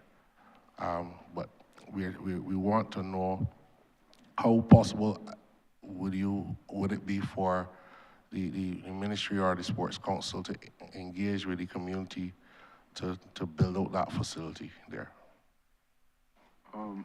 Thank you, Honourable Member. You're absolutely correct. One of the things that we would have discovered in the ministry is that the bricks and mortar solution as it relates to the pavilions are proven to be very, very expensive. And we have looked at as you rightly mentioned, the container solutions in terms of being able to do something that is quick and something that is still very much adequate for the purpose that we intend it to be. So to have your location come up to scratch, so to speak, what we will do is to organize with you to do a site visit to see what is possible in relation to your location. As far as the lights are concerned, let me state again that government is absolutely committed that wherever the playing fields that we believe lights will benefit that community, that over the course of time, we will install lights to make sure that we have best results in terms of a structured environment for our young people, not only the young, because we know that there's some seniors who utilize these facilities as well for exercising purpose. So I can assure you, Honourable Member, that we will contact you and organize that site visit, because I'm not familiar with the location myself, but my team will organize with you to do a site visit and to see what is the best possible solution for your location in terms of lights and in terms of having a pavilion that your youngsters or the community can utilize. Thank you, Honourable Minister. The community in Jackson would well appreciate that site visit. And indeed, the community center in Jackson would also need a little bit of a facelift, and I'm sure the Honourable Member for St. Michael Northeast would join me in saying that it would go a long way to facilitate the progress initiatives that have been birthed in the community in the Jackson area.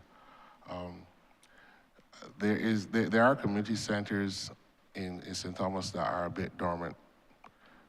The community center at Rock Hall, a previous administration had turned it into a court, and since about 2018, the court has gone to King Garden. That facility has not been turned back over to the community.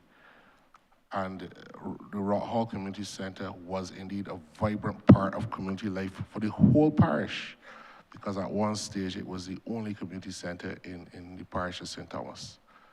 The housing settlements at Rock Hall and Content are getting larger and larger. Indeed, there's another set of housing being put in by the developer on the southern side of the road at Content.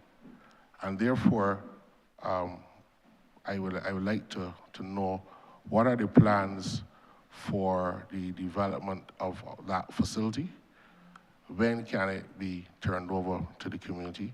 And I'm indeed very titillated by the idea of the community management teams that you mentioned. I've already contacted my people to ask them to start to submit the names, Minister. I'm very happy that you have brought that to us and invited us to compile these things. But the community center at Rock Hall needs to be re-engaged and redeployed back into the community. And my people will be very happy to know when that can happen. I'm going to ask the chief to speak to this, but I want to say to you that one of the things I have asked community development to start this financial year is a quest to see how many community groups we can have in place again on island. Because I think it is absolutely necessary, not only for self-help, but to have community groups alive and well and utilizing our community centers is one of the main priorities for the Community Development Department this year. Because not only will it then benefit our young people, but some of the seniors who were engaged in a number of activities at one point in time in our community centers, it is really flat or dormant now, and we need to breathe some life into that again. So I have asked community development to ensure that part of our focus this year is to re-engage and to restart community groups all across the island. But I will allow the chief to speak to you as well. Thank you, Minister. John Hollinsworth, Chief Community Development Officer. As it relates to the Rock Hall Community Center, the former D Court Complex, we are actively engaged in bringing that into use for the members of that particular community. We have just requested, and they have completed, a survey plan for the facility, because we need to know what the boundaries are, because there's a gentleman who operates nearby, and we don't want to encroach on any private property before we commence our work. We have actually completed had the architectural drawings completed. We would have had the scope of works completed as well. And funds are earmarked to complete that facility. Now that the site plan has been provided, plans are actually on course to start the work in the coming financial year, 2026 to 2027. Just as a follow-up, Chair, thank you. I'm very happy to hear that the plans have been spec'd out and the budget has been allocated. The only challenge is that I don't think anyone in the community knows that that is happening. And certainly, it would be good if the community and Rock Hall and Content are brought on board at the soonest possible time to let them know what are the plans to roll the center, because at the end of the day, it is the center that will be used by the community. And while you're improving it, and we look forward to the improvements, there's land around the facility that I believe may be owned by the state and not necessarily by the people who are occupying it during the private activities that you have there. In fact, some of them have even approached to find out, I think you might be talking about the auto body mechanics that operate around the area. They too are interested in having some facility where they can actually do some training for some of the youth in the community in that area there, and they're keen on it as well. Mm-hmm. And in fact, they have approached to ask whether or not the state would be interested in facilitating their continued use of the land adjacent that will be to the west of the community center. So that when we have this site visit, I think we should perhaps arrange to have some unveiling of the plans that the ministry has for the reopening of the center. It would be good to have the community to buy back in with that. My next question in relation to the community center is consent center in Upper Dunscombe Hill. There's this very small community center that was built many years ago, but it has not been maintained at all. It's not a very large facility, but it does service the Dunscombe, Canefield communities up the hill, where there are no playing fields nor facilities for two very tight-knit communities in Canefield and in Upper Dunscombe. And last week I would have mentioned to one of my colleagues about the lack of community facilities in areas in rural Barbados that are cut off. So I just want to know if you have any plans for that facility in Upper Dunscombe, what we call Dunscombe Hill, sorry. Thank you again. The facility you're referring to on Dunscombe Hill is not actually owned by the state. That is owned by, for want of a better word, an NGO that was built some years ago through assistance from one of our construction firms. It is Hillview, I think his name was the club, but yes, that's Hillview. And I would have known that through another occupation that I was involved in at that particular time. What we would have to do where that is concerned is seek possibly to acquire it or some other means, or to assist the owners of the facility to turn it into a functioning facility so that the members of that particular community would be able to benefit from its use once again.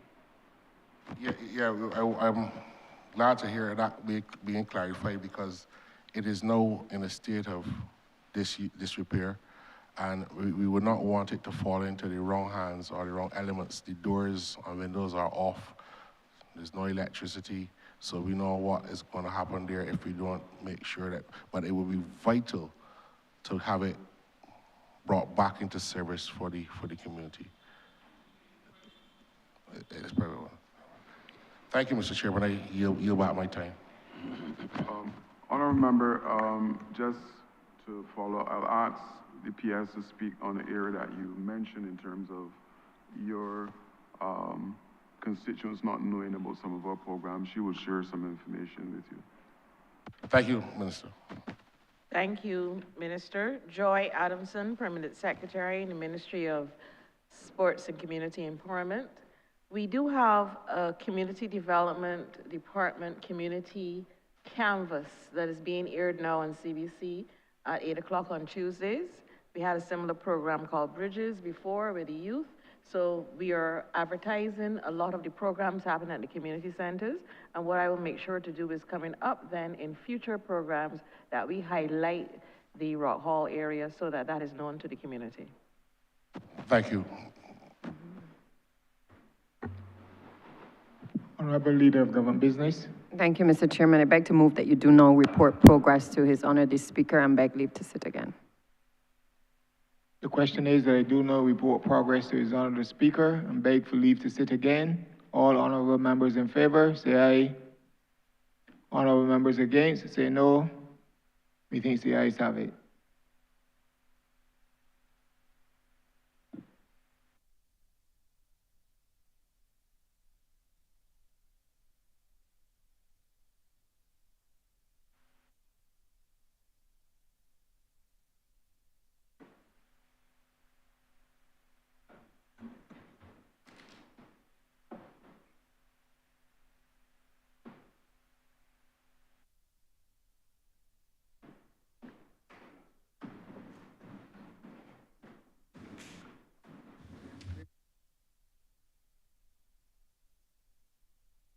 Chairman has reported progress and requests leave to sit again. Honourable Leader, Government Business. Thank you, Mr. Speaker. I beg to move the suspension of the House until 20 minutes past 12. The question is that this honourable chamber be suspended until 20 after 12. All those honourable members in favor, please say aye. Those against, please say no. Meeting, the ayes have it. This honourable chamber stands suspended until 20 after 12.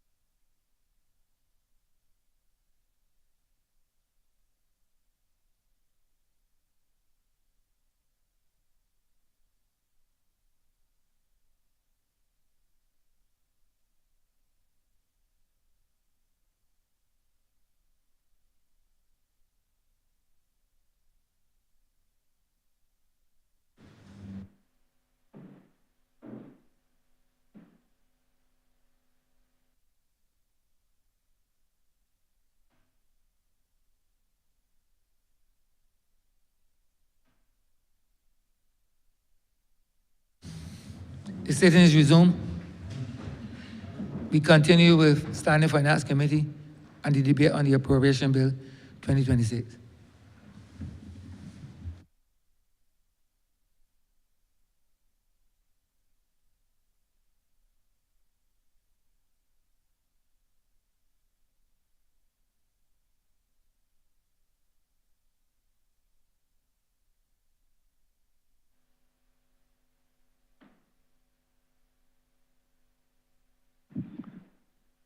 Standing Finance Committee resumes. Before we proceed, let me remind honorable members that you have 3 minutes within which to pose your question. If you utilize the entire 3 minutes with your preamble, then that opportunity to raise a question will be denied. So please get to your questions as quickly as possible so that the officers can have the opportunity to answer the question. And equally to the officers or the minister present, you need to get to your responses as quickly as possible to utilize the time that we have so that you are able to truly explain what is happening within the ministry. Thank you. Honorable member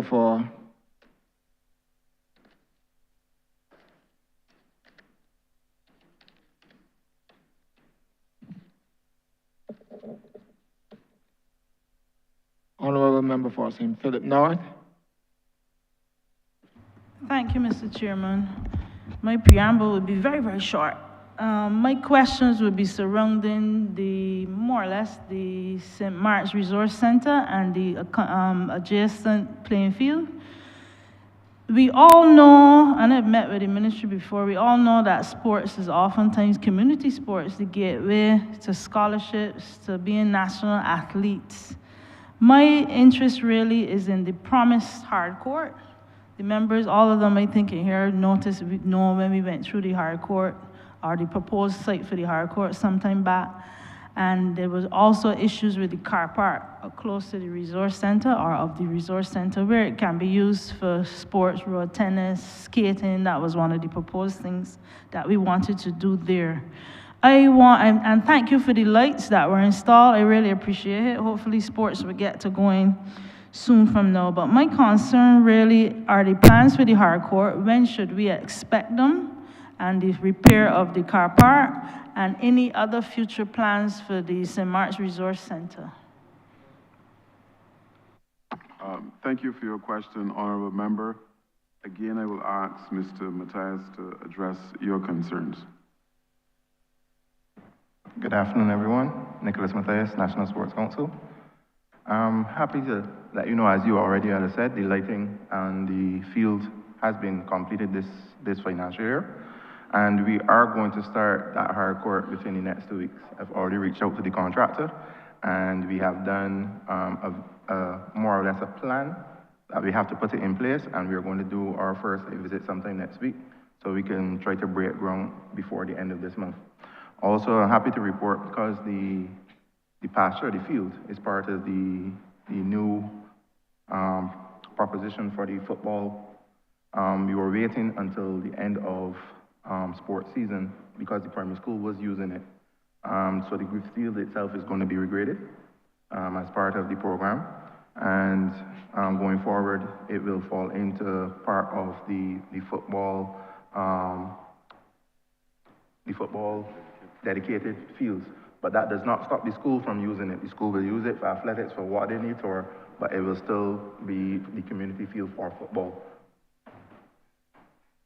Thank you, and I applaud you for that. I look forward for 2 weeks from now hearing from you, and I will hold you to that. The St. Mark's School, thanks that they can also use that. There are no other choices for them right now. There have been complaints about the pavilion. I am not sure if somebody is working in it right now in terms of cleaning and so on.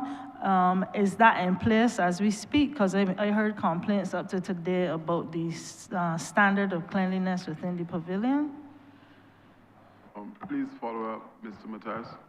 Yes, so what we've done, because there is no person directly assigned, we've actually issued keys to the school. And the school has actually been maintaining the cleanliness of the pavilion for us. But obviously, because of the designation for the football field, we will have somebody back up there and working. It's just a matter of what we get put in place. Obviously, if you have the hard court, you have the lights, there will have to definitely be somebody up there because of the increase in the usage of the facility that we plan to have. So that will definitely be something that's on the cards. Okay, last bit attached to that, the sports council coaches, we will be involving them with respect to use of the hard courts and so on for the community. I'll speak to that as well. Of course we will. There is a coach attached to the school, as you may know, for athletics. And obviously once the hard court is there, you normally have basketball, volleyball, netball, and road tennis will be included as part of that court. So I am almost 100, if not 100% sure that the sports council coaches will be brought in and they will be involved heavily in the usage of the facility.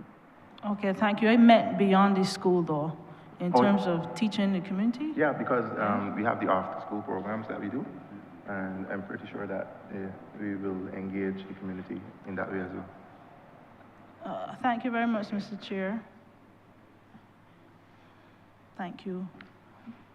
Thank you very much.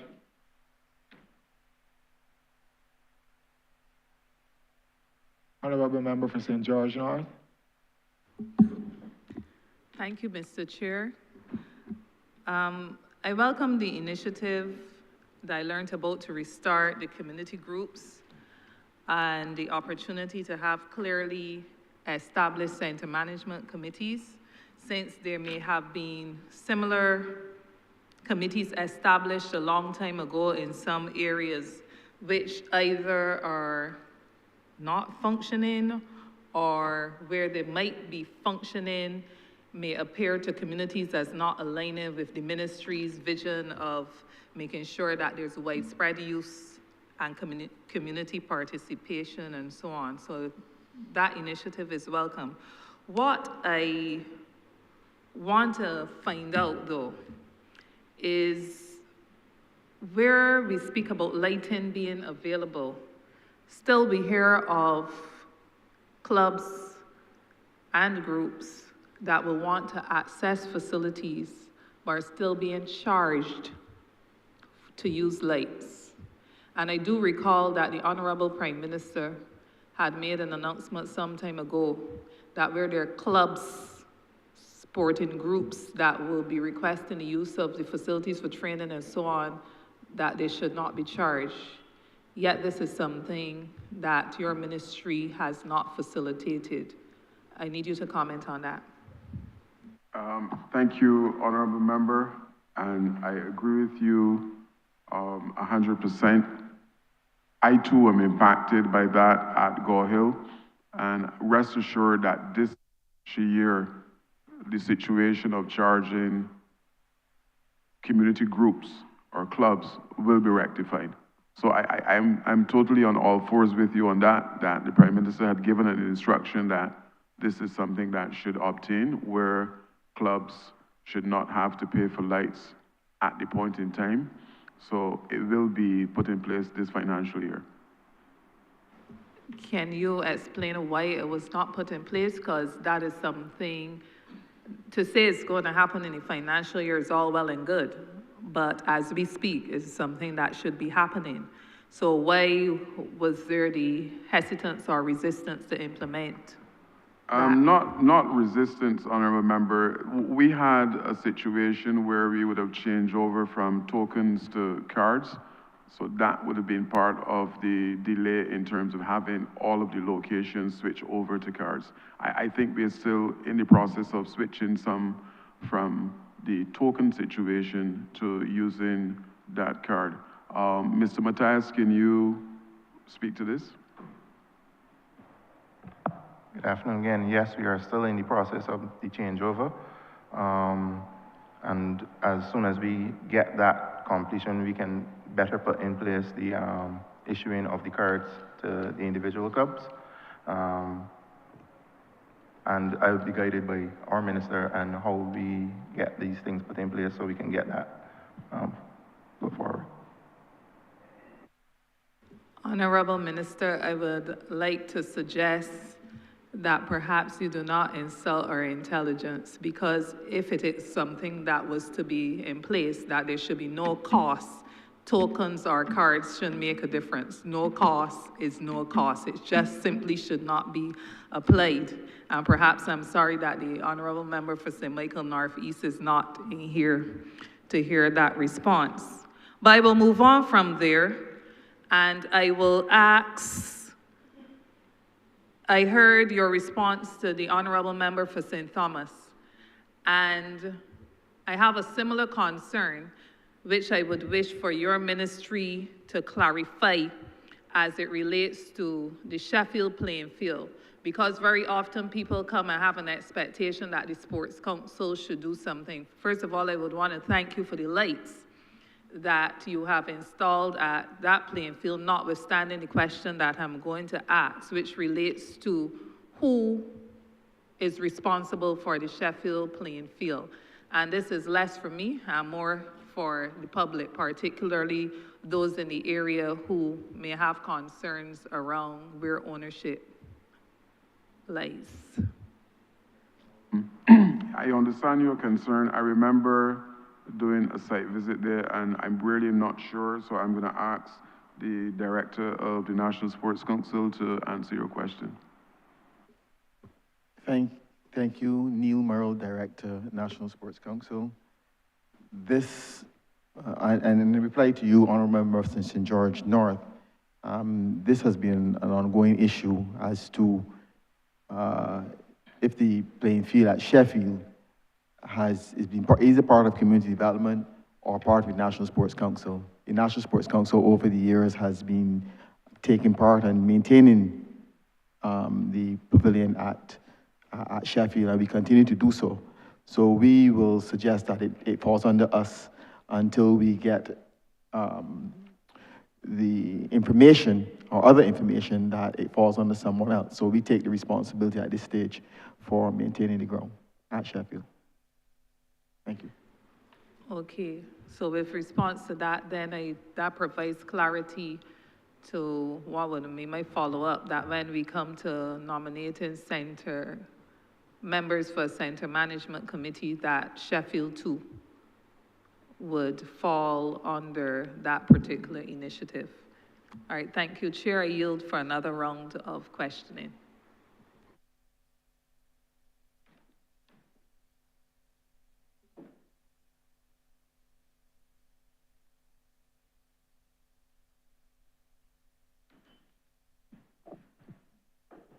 Thank you, Honourable Member for St. Andrew.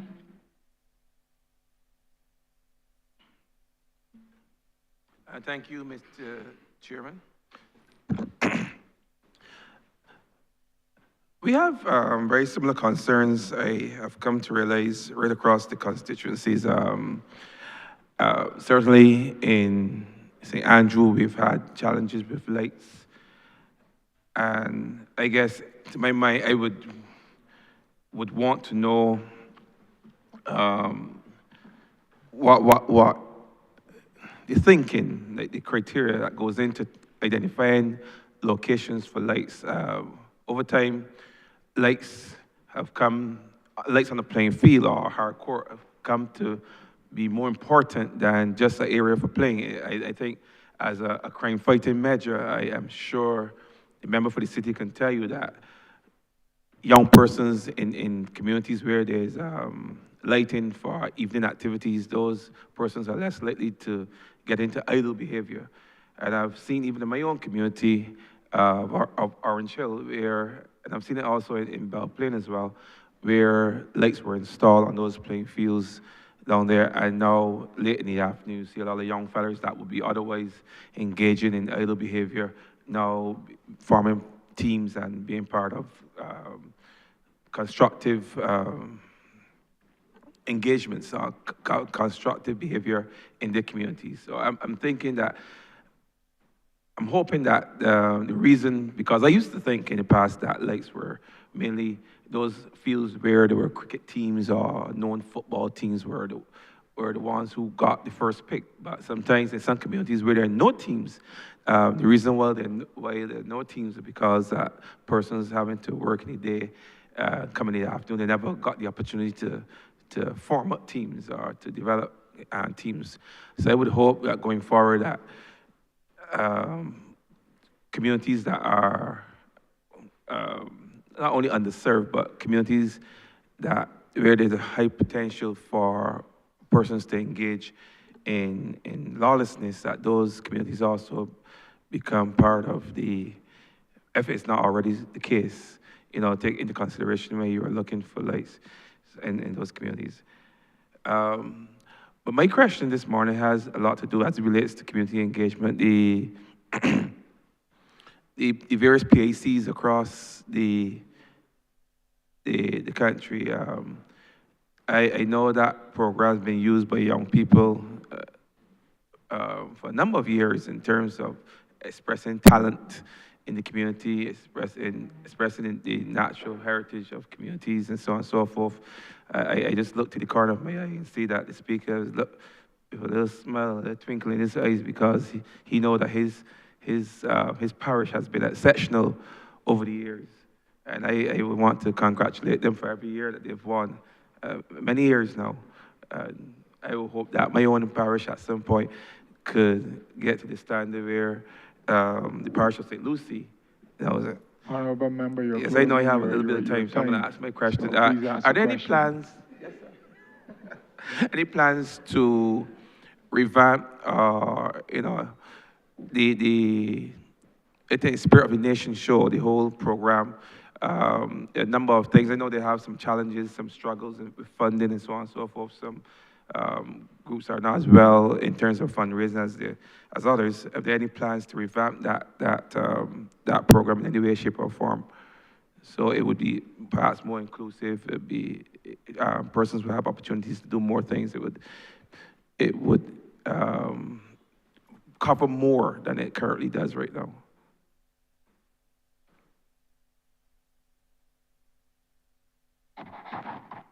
All right, honorable member, I'm not sure I got the question. I'm hoping that There are plans to revamp the program. That's why I asked. Sorry?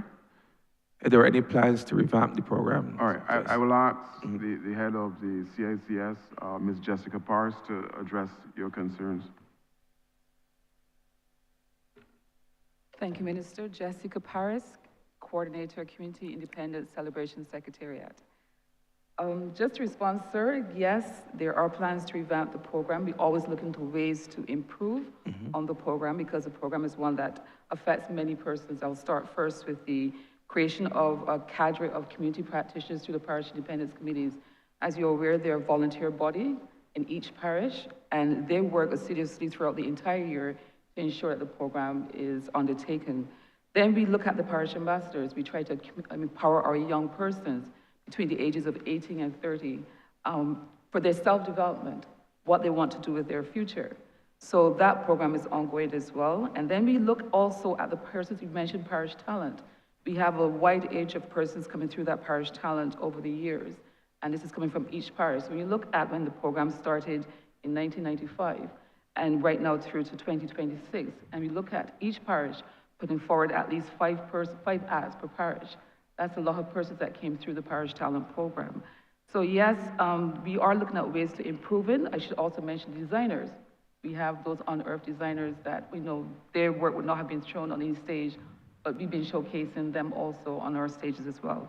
So as I said before, we're looking at ways to revamp the program to improve it for all of our participants, not just the young persons, but the other persons in the program, or community practitioners through the parish independence committees, parish talent participants, or designers, for example, those persons who work with us in the communities, the small businesses, for example, those tent operators, the caterers.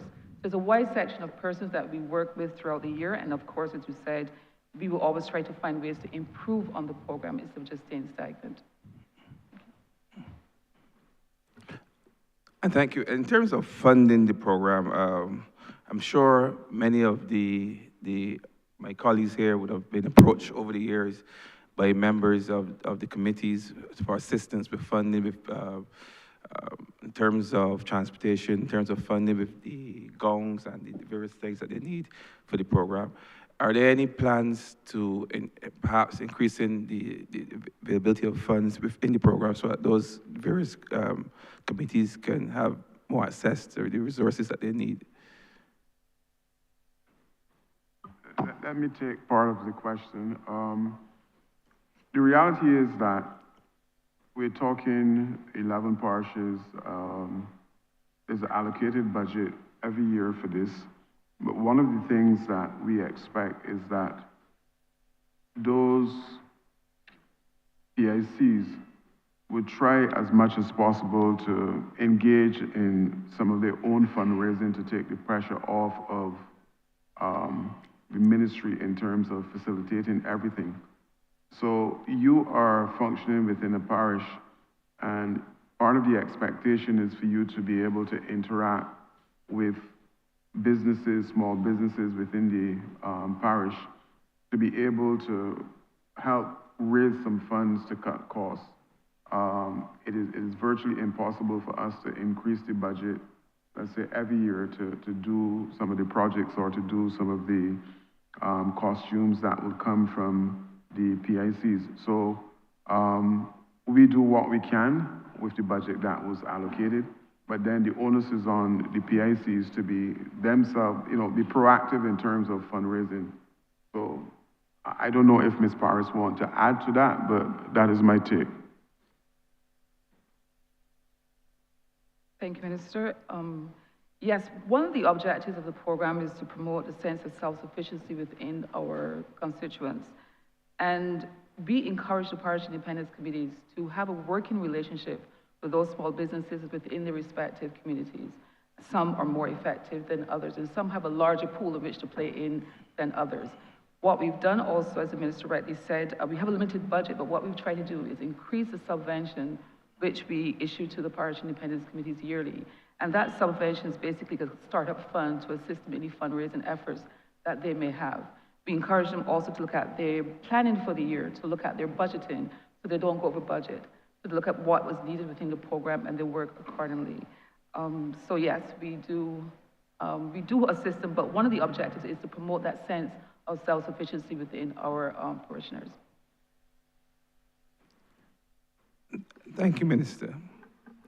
I give back my time. I have another question, but I don't think I can knit it into this one, so I would come back later.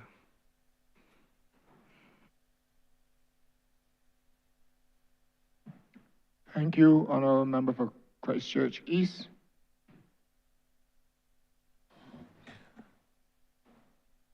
Minister, coming back around, a lot has been done in your space over the last couple of years, and we're seeing the results of it.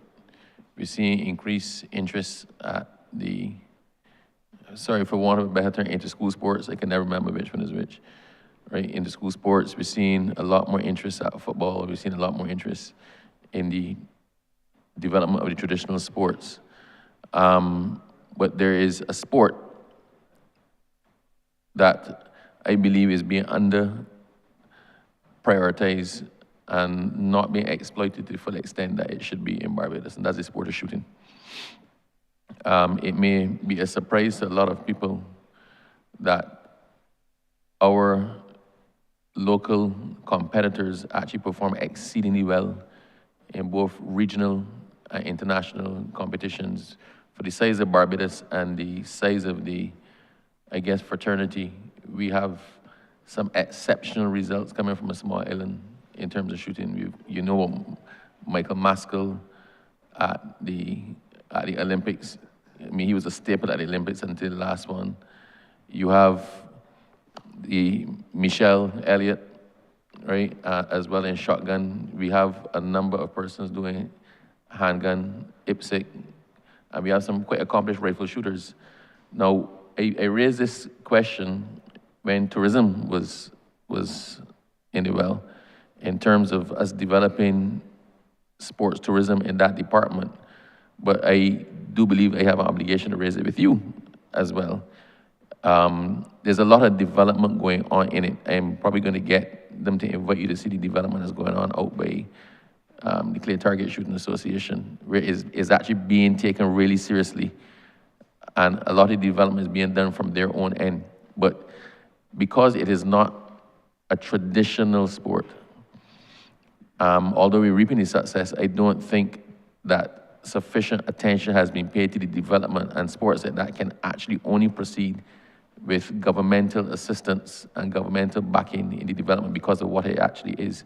I'm just wondering what plans you have, if any, for the expansion of non-traditional areas of sporting that would encompass that over the next year. Thank you for the question, Minister. Look, there are a number of what I would call sleeper sports on island. For example, the mind games are not sexy, so it is not a case that a lot is heard of bridge, dominoes, whist. These games these sports are sleeper sports, similar to what you're saying as it relates to shooting. The truth is that for the time that I was sitting in the chair as minister, I have not seen a single piece of correspondence coming from the shooting association in relation to working with the ministry in terms of developing shooting. And I'm inviting you now to ask the head of the shooting organization to send us some correspondence so that we can meet and see how best that government can assist in terms of raising the profile of shooting. Because I don't think a lot of people, as you rightly mentioned, would have been aware of it.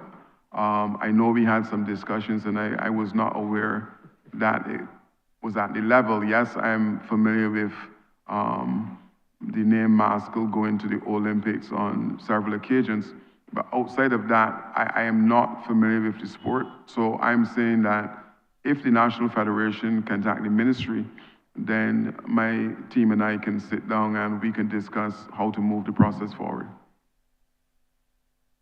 So in keeping with thank you for that. And I hope that they're listening, but I will convey the message on. The other thing in terms of sporting development, where this question originated, once again, we have everywhere there's a big field, they got a football team or a cricket team that utilizes that field and is associated with that field. But I think we've invested way too much money in terms of development of playing facilities to not be investing as well in the development of community-based athletics. It used to be an issue that people could not just run anywhere because if you had to be a certain standard so you don't break your ankle going around the bend, right? But when I say we, I mean you have put a lot into the development of your fields. I understand as well, if we look at the times that have been coming in for the CRIFTA qualifiers recently, our athletes have actually been doing pretty well, and we are hopeful. If you hear Mr. Lynch from the BOA talking, you would think that we're gonna break every record for relays. Pardon? Sorry, the AA, the 3 A's, right? You would be convinced we're gonna break every record for every relay in the upcoming CRIFTA this year. But the point is, I remember when I used to do athletics, I may surprise some people that yes, I used to be an athlete, right? We only got to the stadium or on a hard track, on a proper track for national championships. Literally every meet you had was on grass. So that's how Obadele Thompson came up running on grass. I actually happened to share a record for the medley relay with Oba. I think it still stands now. Due in no small part to his running the 400 and making up for the defects in my 200. But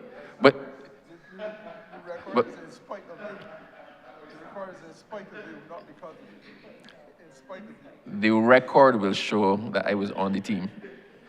But the point is, I think instead of us centering, you've done a lot in relation to the tracks. You're looking to have the stadium, the practice track at the stadium, a track Wildy, right? But the development of local athletics in the communities is something I believe should actually be encouraged. I don't think we should leave it necessarily to an organic development. I think there should be a concerted effort to encourage and incentivize the development. If you got children running about making themselves tired in the afternoon, they can't get to mischief, right? If you got children with something to do every Saturday morning, then it frees up the parents to do something else, right? It helps to build community pride as well. So I'm just wondering, in your sports development, having just answered my question about the development of shooting, what is there in terms of generating the development of sports and activities in the communities? What incentives can you provide, and is there a contemplation to do that? Not just leave it organically, but to have a structured push for the development of sports, sporting teams, and athletics in communities. Thank you for the question, Minister. Look, you're absolutely correct. One of the things that we need to do is to push the sports at the grassroots level. I would have mentioned earlier about the community coaches program. There's a dearth, in a sense, of track coaches across the country to do exactly what you're saying. One of the things that I would have asked the Sports Council to do is to look at restructuring our times in the schools. So you have a situation where our coaches go to the schools and really and truly it is not enough time to impact the particular discipline. So you have 15 minutes to get the children out, another 15 minutes to change into uniforms, which equates to maybe half an hour of actual training. So if we can relook that and then move to in the afternoon, maybe from 3 until 5, where you have more time to truly develop the sports. But it speaks to coaches and having the requisite amount of coaches to facilitate training in the afternoon. And one of the things that I'm hoping for is that all of our playing fields become alive in the afternoon session with people doing exactly what you're saying. Talent identification is something that is absolutely critical if we're going to move to the next level. But if there's no one doing the talent identification either at community level or maybe today at NATSAT, then we're just having an entertainment package. The children are running, they're doing what they have to do, get in the bus, go home. But nobody is saying, well, you got some skill sets in the 200. Let's see how we can hold you and channel you into maybe, if not a community, a national program.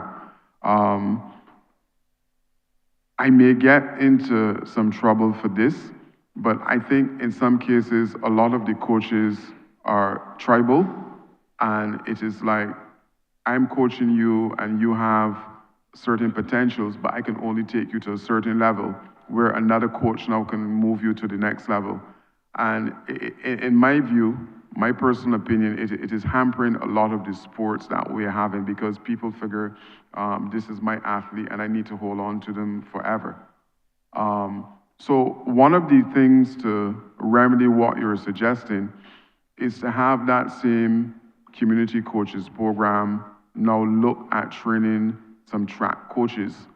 I remember maybe a year and a half ago, I had a meeting with Glenn Mills, and he said that these reporters came from the States to see how he was doing his training, and they asked him to take them to the track, and he said, you're standing on it. Same thing that you're saying, a grass field is what he was using to develop the athletes in Jamaica. So the quick answer to you, AG, is to see how we can have, bring in maybe some resources to do some coaching programs for athletic coaches, and then let them go to different communities to do what you are suggesting, to look at youngsters within either the school setting or within the community and start track clubs at those locations that we can see what is happening. In recent times, I would have asked the research section at my ministry to go into the primary schools to see how many youngsters are involved in any type of sports within the primary setting. Odd enough, the school with the most people involved in any kind of sports was West Stars. And you can see that West Stars was dominating in several different disciplines across the island. And when you look at, yes, Minister, when you look at their academic performance as well, it was suggesting that they were doing really well also. So, which means that there's that balance, or they were able to balance the academics and the athletics at that particular location. But not a lot of schools are, let me say, equipped with PE teachers. So therefore, it is just up to maybe one or two teachers in the school setting to say, well, look, I'm going to pay attention to sports. But when our youngsters are involved in training as far as track, or there's a dedicated PE teacher, you can see the difference at knapsack. The ones who are running in spikes, the ones whose form is looking totally different to those who are not training. So it is something that concerned me, and I can promise you that I'll be paying attention to it going forward. Okay, so the last thing, and this is, once again, sport and development. I believe we should be looking at picking some low-hanging fruit. There's certain standard things that happen in athletics. They happen in indoor athletics, they happen in outdoor athletics. One of which is, for example, a long jump, triple jump. Most of our fields on the periphery of the fields have excess space that we don't utilize, right? I know this was, because this was pointed out to me by a coach recently, that along these fields, standard should be a sandpit. Standard should be a sandpit with a triple jump marker and a long jump marker. It takes nothing out of it. It is put in once. Every so often you add some sand or rake it or whatever. But we have athletics being practiced at a number of the grounds, but they then limit the athletics to running. They ain't got no hurdles knocking about there, so it's running. Whereas it should be real simple and easy to include a jumping facility. So we tend to have a lot of runners, or a lot of people who competing at a certain level in running, but we have nobody emerging in relation to the jumps, because you can't jump off the grass and land back on the grass. So simple things, like when we look at the redevelopment of our fields, let us put things there that don't necessarily cost a lot, but have a practical utility. Another example is if you go to Trinidad or Jamaica, in a lot of places where you have play parks, because they do the same thing, community play parks. You have the play parks for the kids, but then you have those outside exercise things for the parents near the play park. So when the children run about, daddy could be doing tricep dips or pull-ups or something. These are things that don't necessarily cost a lot. They're real low maintenance, but would also help to spur that development and that fitness. We just don't have enough of them, and to me, they're real low-hanging fruit because you buy them once. For example, you put on a pull-up bar, unless somebody deliberately destroys it, it's there forever. For example, you put a tricep, outside gym equipment that parents can actually get themselves fit while the children run about on the slides or swinging on the swings. And those could also be put down close to the same fields that have the football and the cricket and whatnot. As I said, a lot of them have excess stuff around it. So to put in a question, do you have that in the plan? And if you don't have it in the plan, can it be included for next year? Thank you. I'm going to go a little broad before I come back to you. Look, I was in Cuba, I think, last year, and we passed a playing field where what would be equivalent to our primary school children were practicing hurdles. I believe, subject to correction, in Barbados, hurdles start in the secondary school, maybe when you're 14, 15. And you could understand why some places like Cuba, as far as the hurdles are concerned, are so way ahead of us. I went to a gym, and these guys were using bottles in their hand with weights in order to train sand. So I'm saying that you need to use what you have in order to develop the sports project. And you are absolutely correct. For years, the whole country was asking, when are we going to get a national stadium? And the same thing that you identify is the same thing that I was saying all along. The jumps, the throws, these things don't happen on a 400 track. They're field events. And you asked the question, what was happening over the period in relation to our field events? Why is that we were not developing world beaters in high jump, long jump? Because everybody was saying we need a stadium, but then there's a whole range of activities or sports that don't take place on the 400 track. And the 400 track that is coming at Wildy, we have made provisions in the center of it, I believe, to have other disciplines at the location. And yes, again, if we have the requisite coaches to be able to move these high jumps and the discs, and I think Wendy Barra is probably one of the best coaches on island as far as the throws are concerned. But how many people are understudying Miss Barrow in terms of when she move away to take up the mantle to run with it? And if that don't happen, then you're gonna have a situation where the throws or whatever will just plateau and then they will fall even further. So your point is well taken, and it is something that occupies my mind in terms of how now we treat to not only the track, but how do we treat to developing our athletes who are doing throws, who are doing jumps, because it is all part of the setup. So your point is well taken, and like I said, it is something that I am concerned about as well.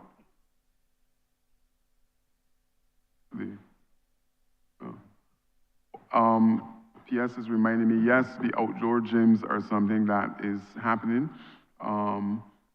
Every single constituency will be outfitted with one. Areas where we can put these gyms will be put in place, because I've realized that a lot of seniors as well are using them because it's basically body weight that you're using instead of free weights. And I think it is necessary to keep people active and moving. The NCDs are real. So we're looking at on a systematic basis of building out the constituencies with those outdoor gyms. Thank you very much, Minister. Thank you, Honourable Member for St. James Central.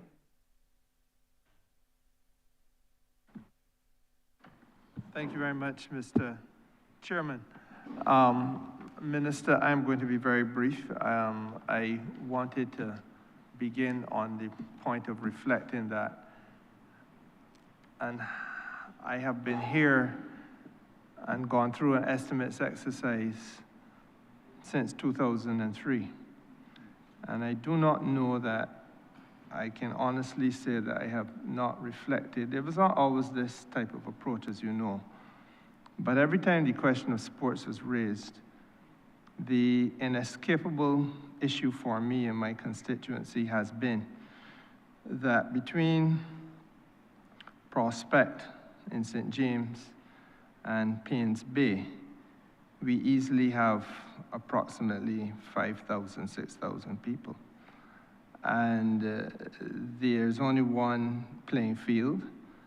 And over the course of the years, I'm happy to say that I was able to preside over that Good Shepherd field, having a hard court, but not on the field, but next to it. And some lights were put there. But the question of a pavilion is one that has been able to elude successive administrations of this country during that period of time, and obviously before. So the simple question is, what do we have to do to be able to get a pavilion at Good Shepherd? I have had a similar lamentation, you know, about a community resource center. And the Honourable Member for St. James South earlier spoke to that matter. Now largely on her behalf, more so than mine, because I confess that I have reached the stage of being in the winter stages of my discontent. You know, winter is that season where you get absolute coldness and frost. So I said, I stoops my mouth at your ministry, not you. And I felt that the people had come to a point where something else had to happen. And so I was able to procure a container and retrofit it to create a community center at great effort and obviously collaboration with private enterprise, so that we have in St. James Central at Hoyts Village a functioning community center, and I'm grateful that your ministry treats it as such. But the truth of the matter is that obviously that is a makeshift and a fallback position because we could not get the resource. And there has been no equity in getting the resource. And I do not know that at Fitz Village I should be thrust into a situation of replicating that for pavilion purposes, because pavilions built all around Barbados. So, but there seems to be no balm in Gilead, or should I say there's no balm in Fitz Village. And I do not know how for 24 years you all can expect it to be reasonable for me, now going on to be a 6th-term member of Parliament, to be able to have to continue to confront people who will legitimately point a finger at every single parish around Barbados, if not almost every other district in Barbados, and say, but they have. It is unfair. And I simply ask, what do we have to do? Senior Minister, I feel your pain. And the truth is that I believe that where there's a need, that we should fix it. We have offered some solutions in terms of, like I said, the container, but I will ask the Director of the National Sports Council to speak to your plight. Neil Merrill, Director, National Sports Council. I have heard you, member for St. James Central, and we have done collaborative work over the years. During this upcoming financial year, there have been others, namely those at Plum Grove, College Savannah, Lamins, and Meadow Road, where we will be focusing in terms of working with pavilions and constructing pavilions. We will consider, of course, during the following financial year, because of the resources that we've been given, to look at the idea of having the pavilion at Fitz Village over the next financial year.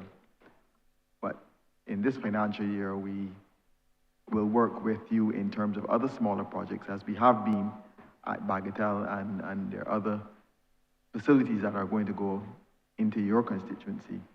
But we will look to have that facility put forward in the following financial year. Thank you. Well, I am grateful that, and I want to be very honest, I am grateful that the Sports Council has worked with me on a number of other small projects. And in the course of the last election, I highlighted the fact that, I am happy that every ground in the constituency has lights, for example. But I do believe that this is an issue where there has to be some equity. And I understand that very often political decisions are taken. But I do think that the Sports Council has a duty above and beyond just parties and politics, or, with due respect, Minister, choices of ministers, which you're entitled to have. But the overarching concern must be that you cannot have 2.5 decades pass. And obviously, I'm only talking about since I have been the Member of Parliament. Fitz Village wasn't created in 2003 when I entered this place. So from time immemorial, as far back as the memory of man does run, there have been pavilions being created about Barbados. So for there to be no effort whatsoever for all of that time, it is baffling and bedeviling. And I genuinely feel that this is something that we have to do better about, or better on, because there will always be a level of what's the word I'm looking for? There'll be a lack of equity and even-handedness. And we all know that it is an important amenity for the sporting efforts in any community. So I will not trouble you further, Minister. I thank you very much for your response and that of the head of the Sports Council. Rest assured, Senior Minister, that your concerns will be dealt with. Honourable Leader of Government Business. Thank you, Mr. Chairman. I beg to move that you do now report progress to His Honor the Speaker and beg leave to sit again. The question is that I do now report progress to His Honor the Speaker and beg for leave to sit again. All honourable members in favor, say aye. Honourable members against, say no. Methinks the ayes have it.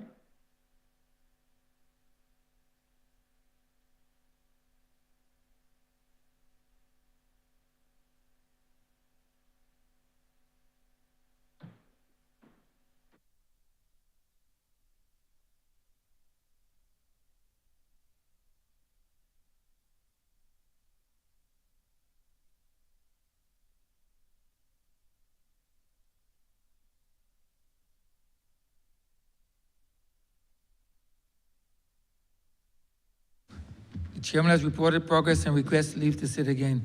Honourable Leader of Government Business. Thank you, Mr. Speaker. I beg to move the suspension of the House until 2:30 p.m. The question is that this honourable chairman be suspended until 2:30 p.m. All those honourable members in favor, please say aye. Those against, please say no. We think the ayes have it. This honourable chamber stands suspended until 2:30 p.m.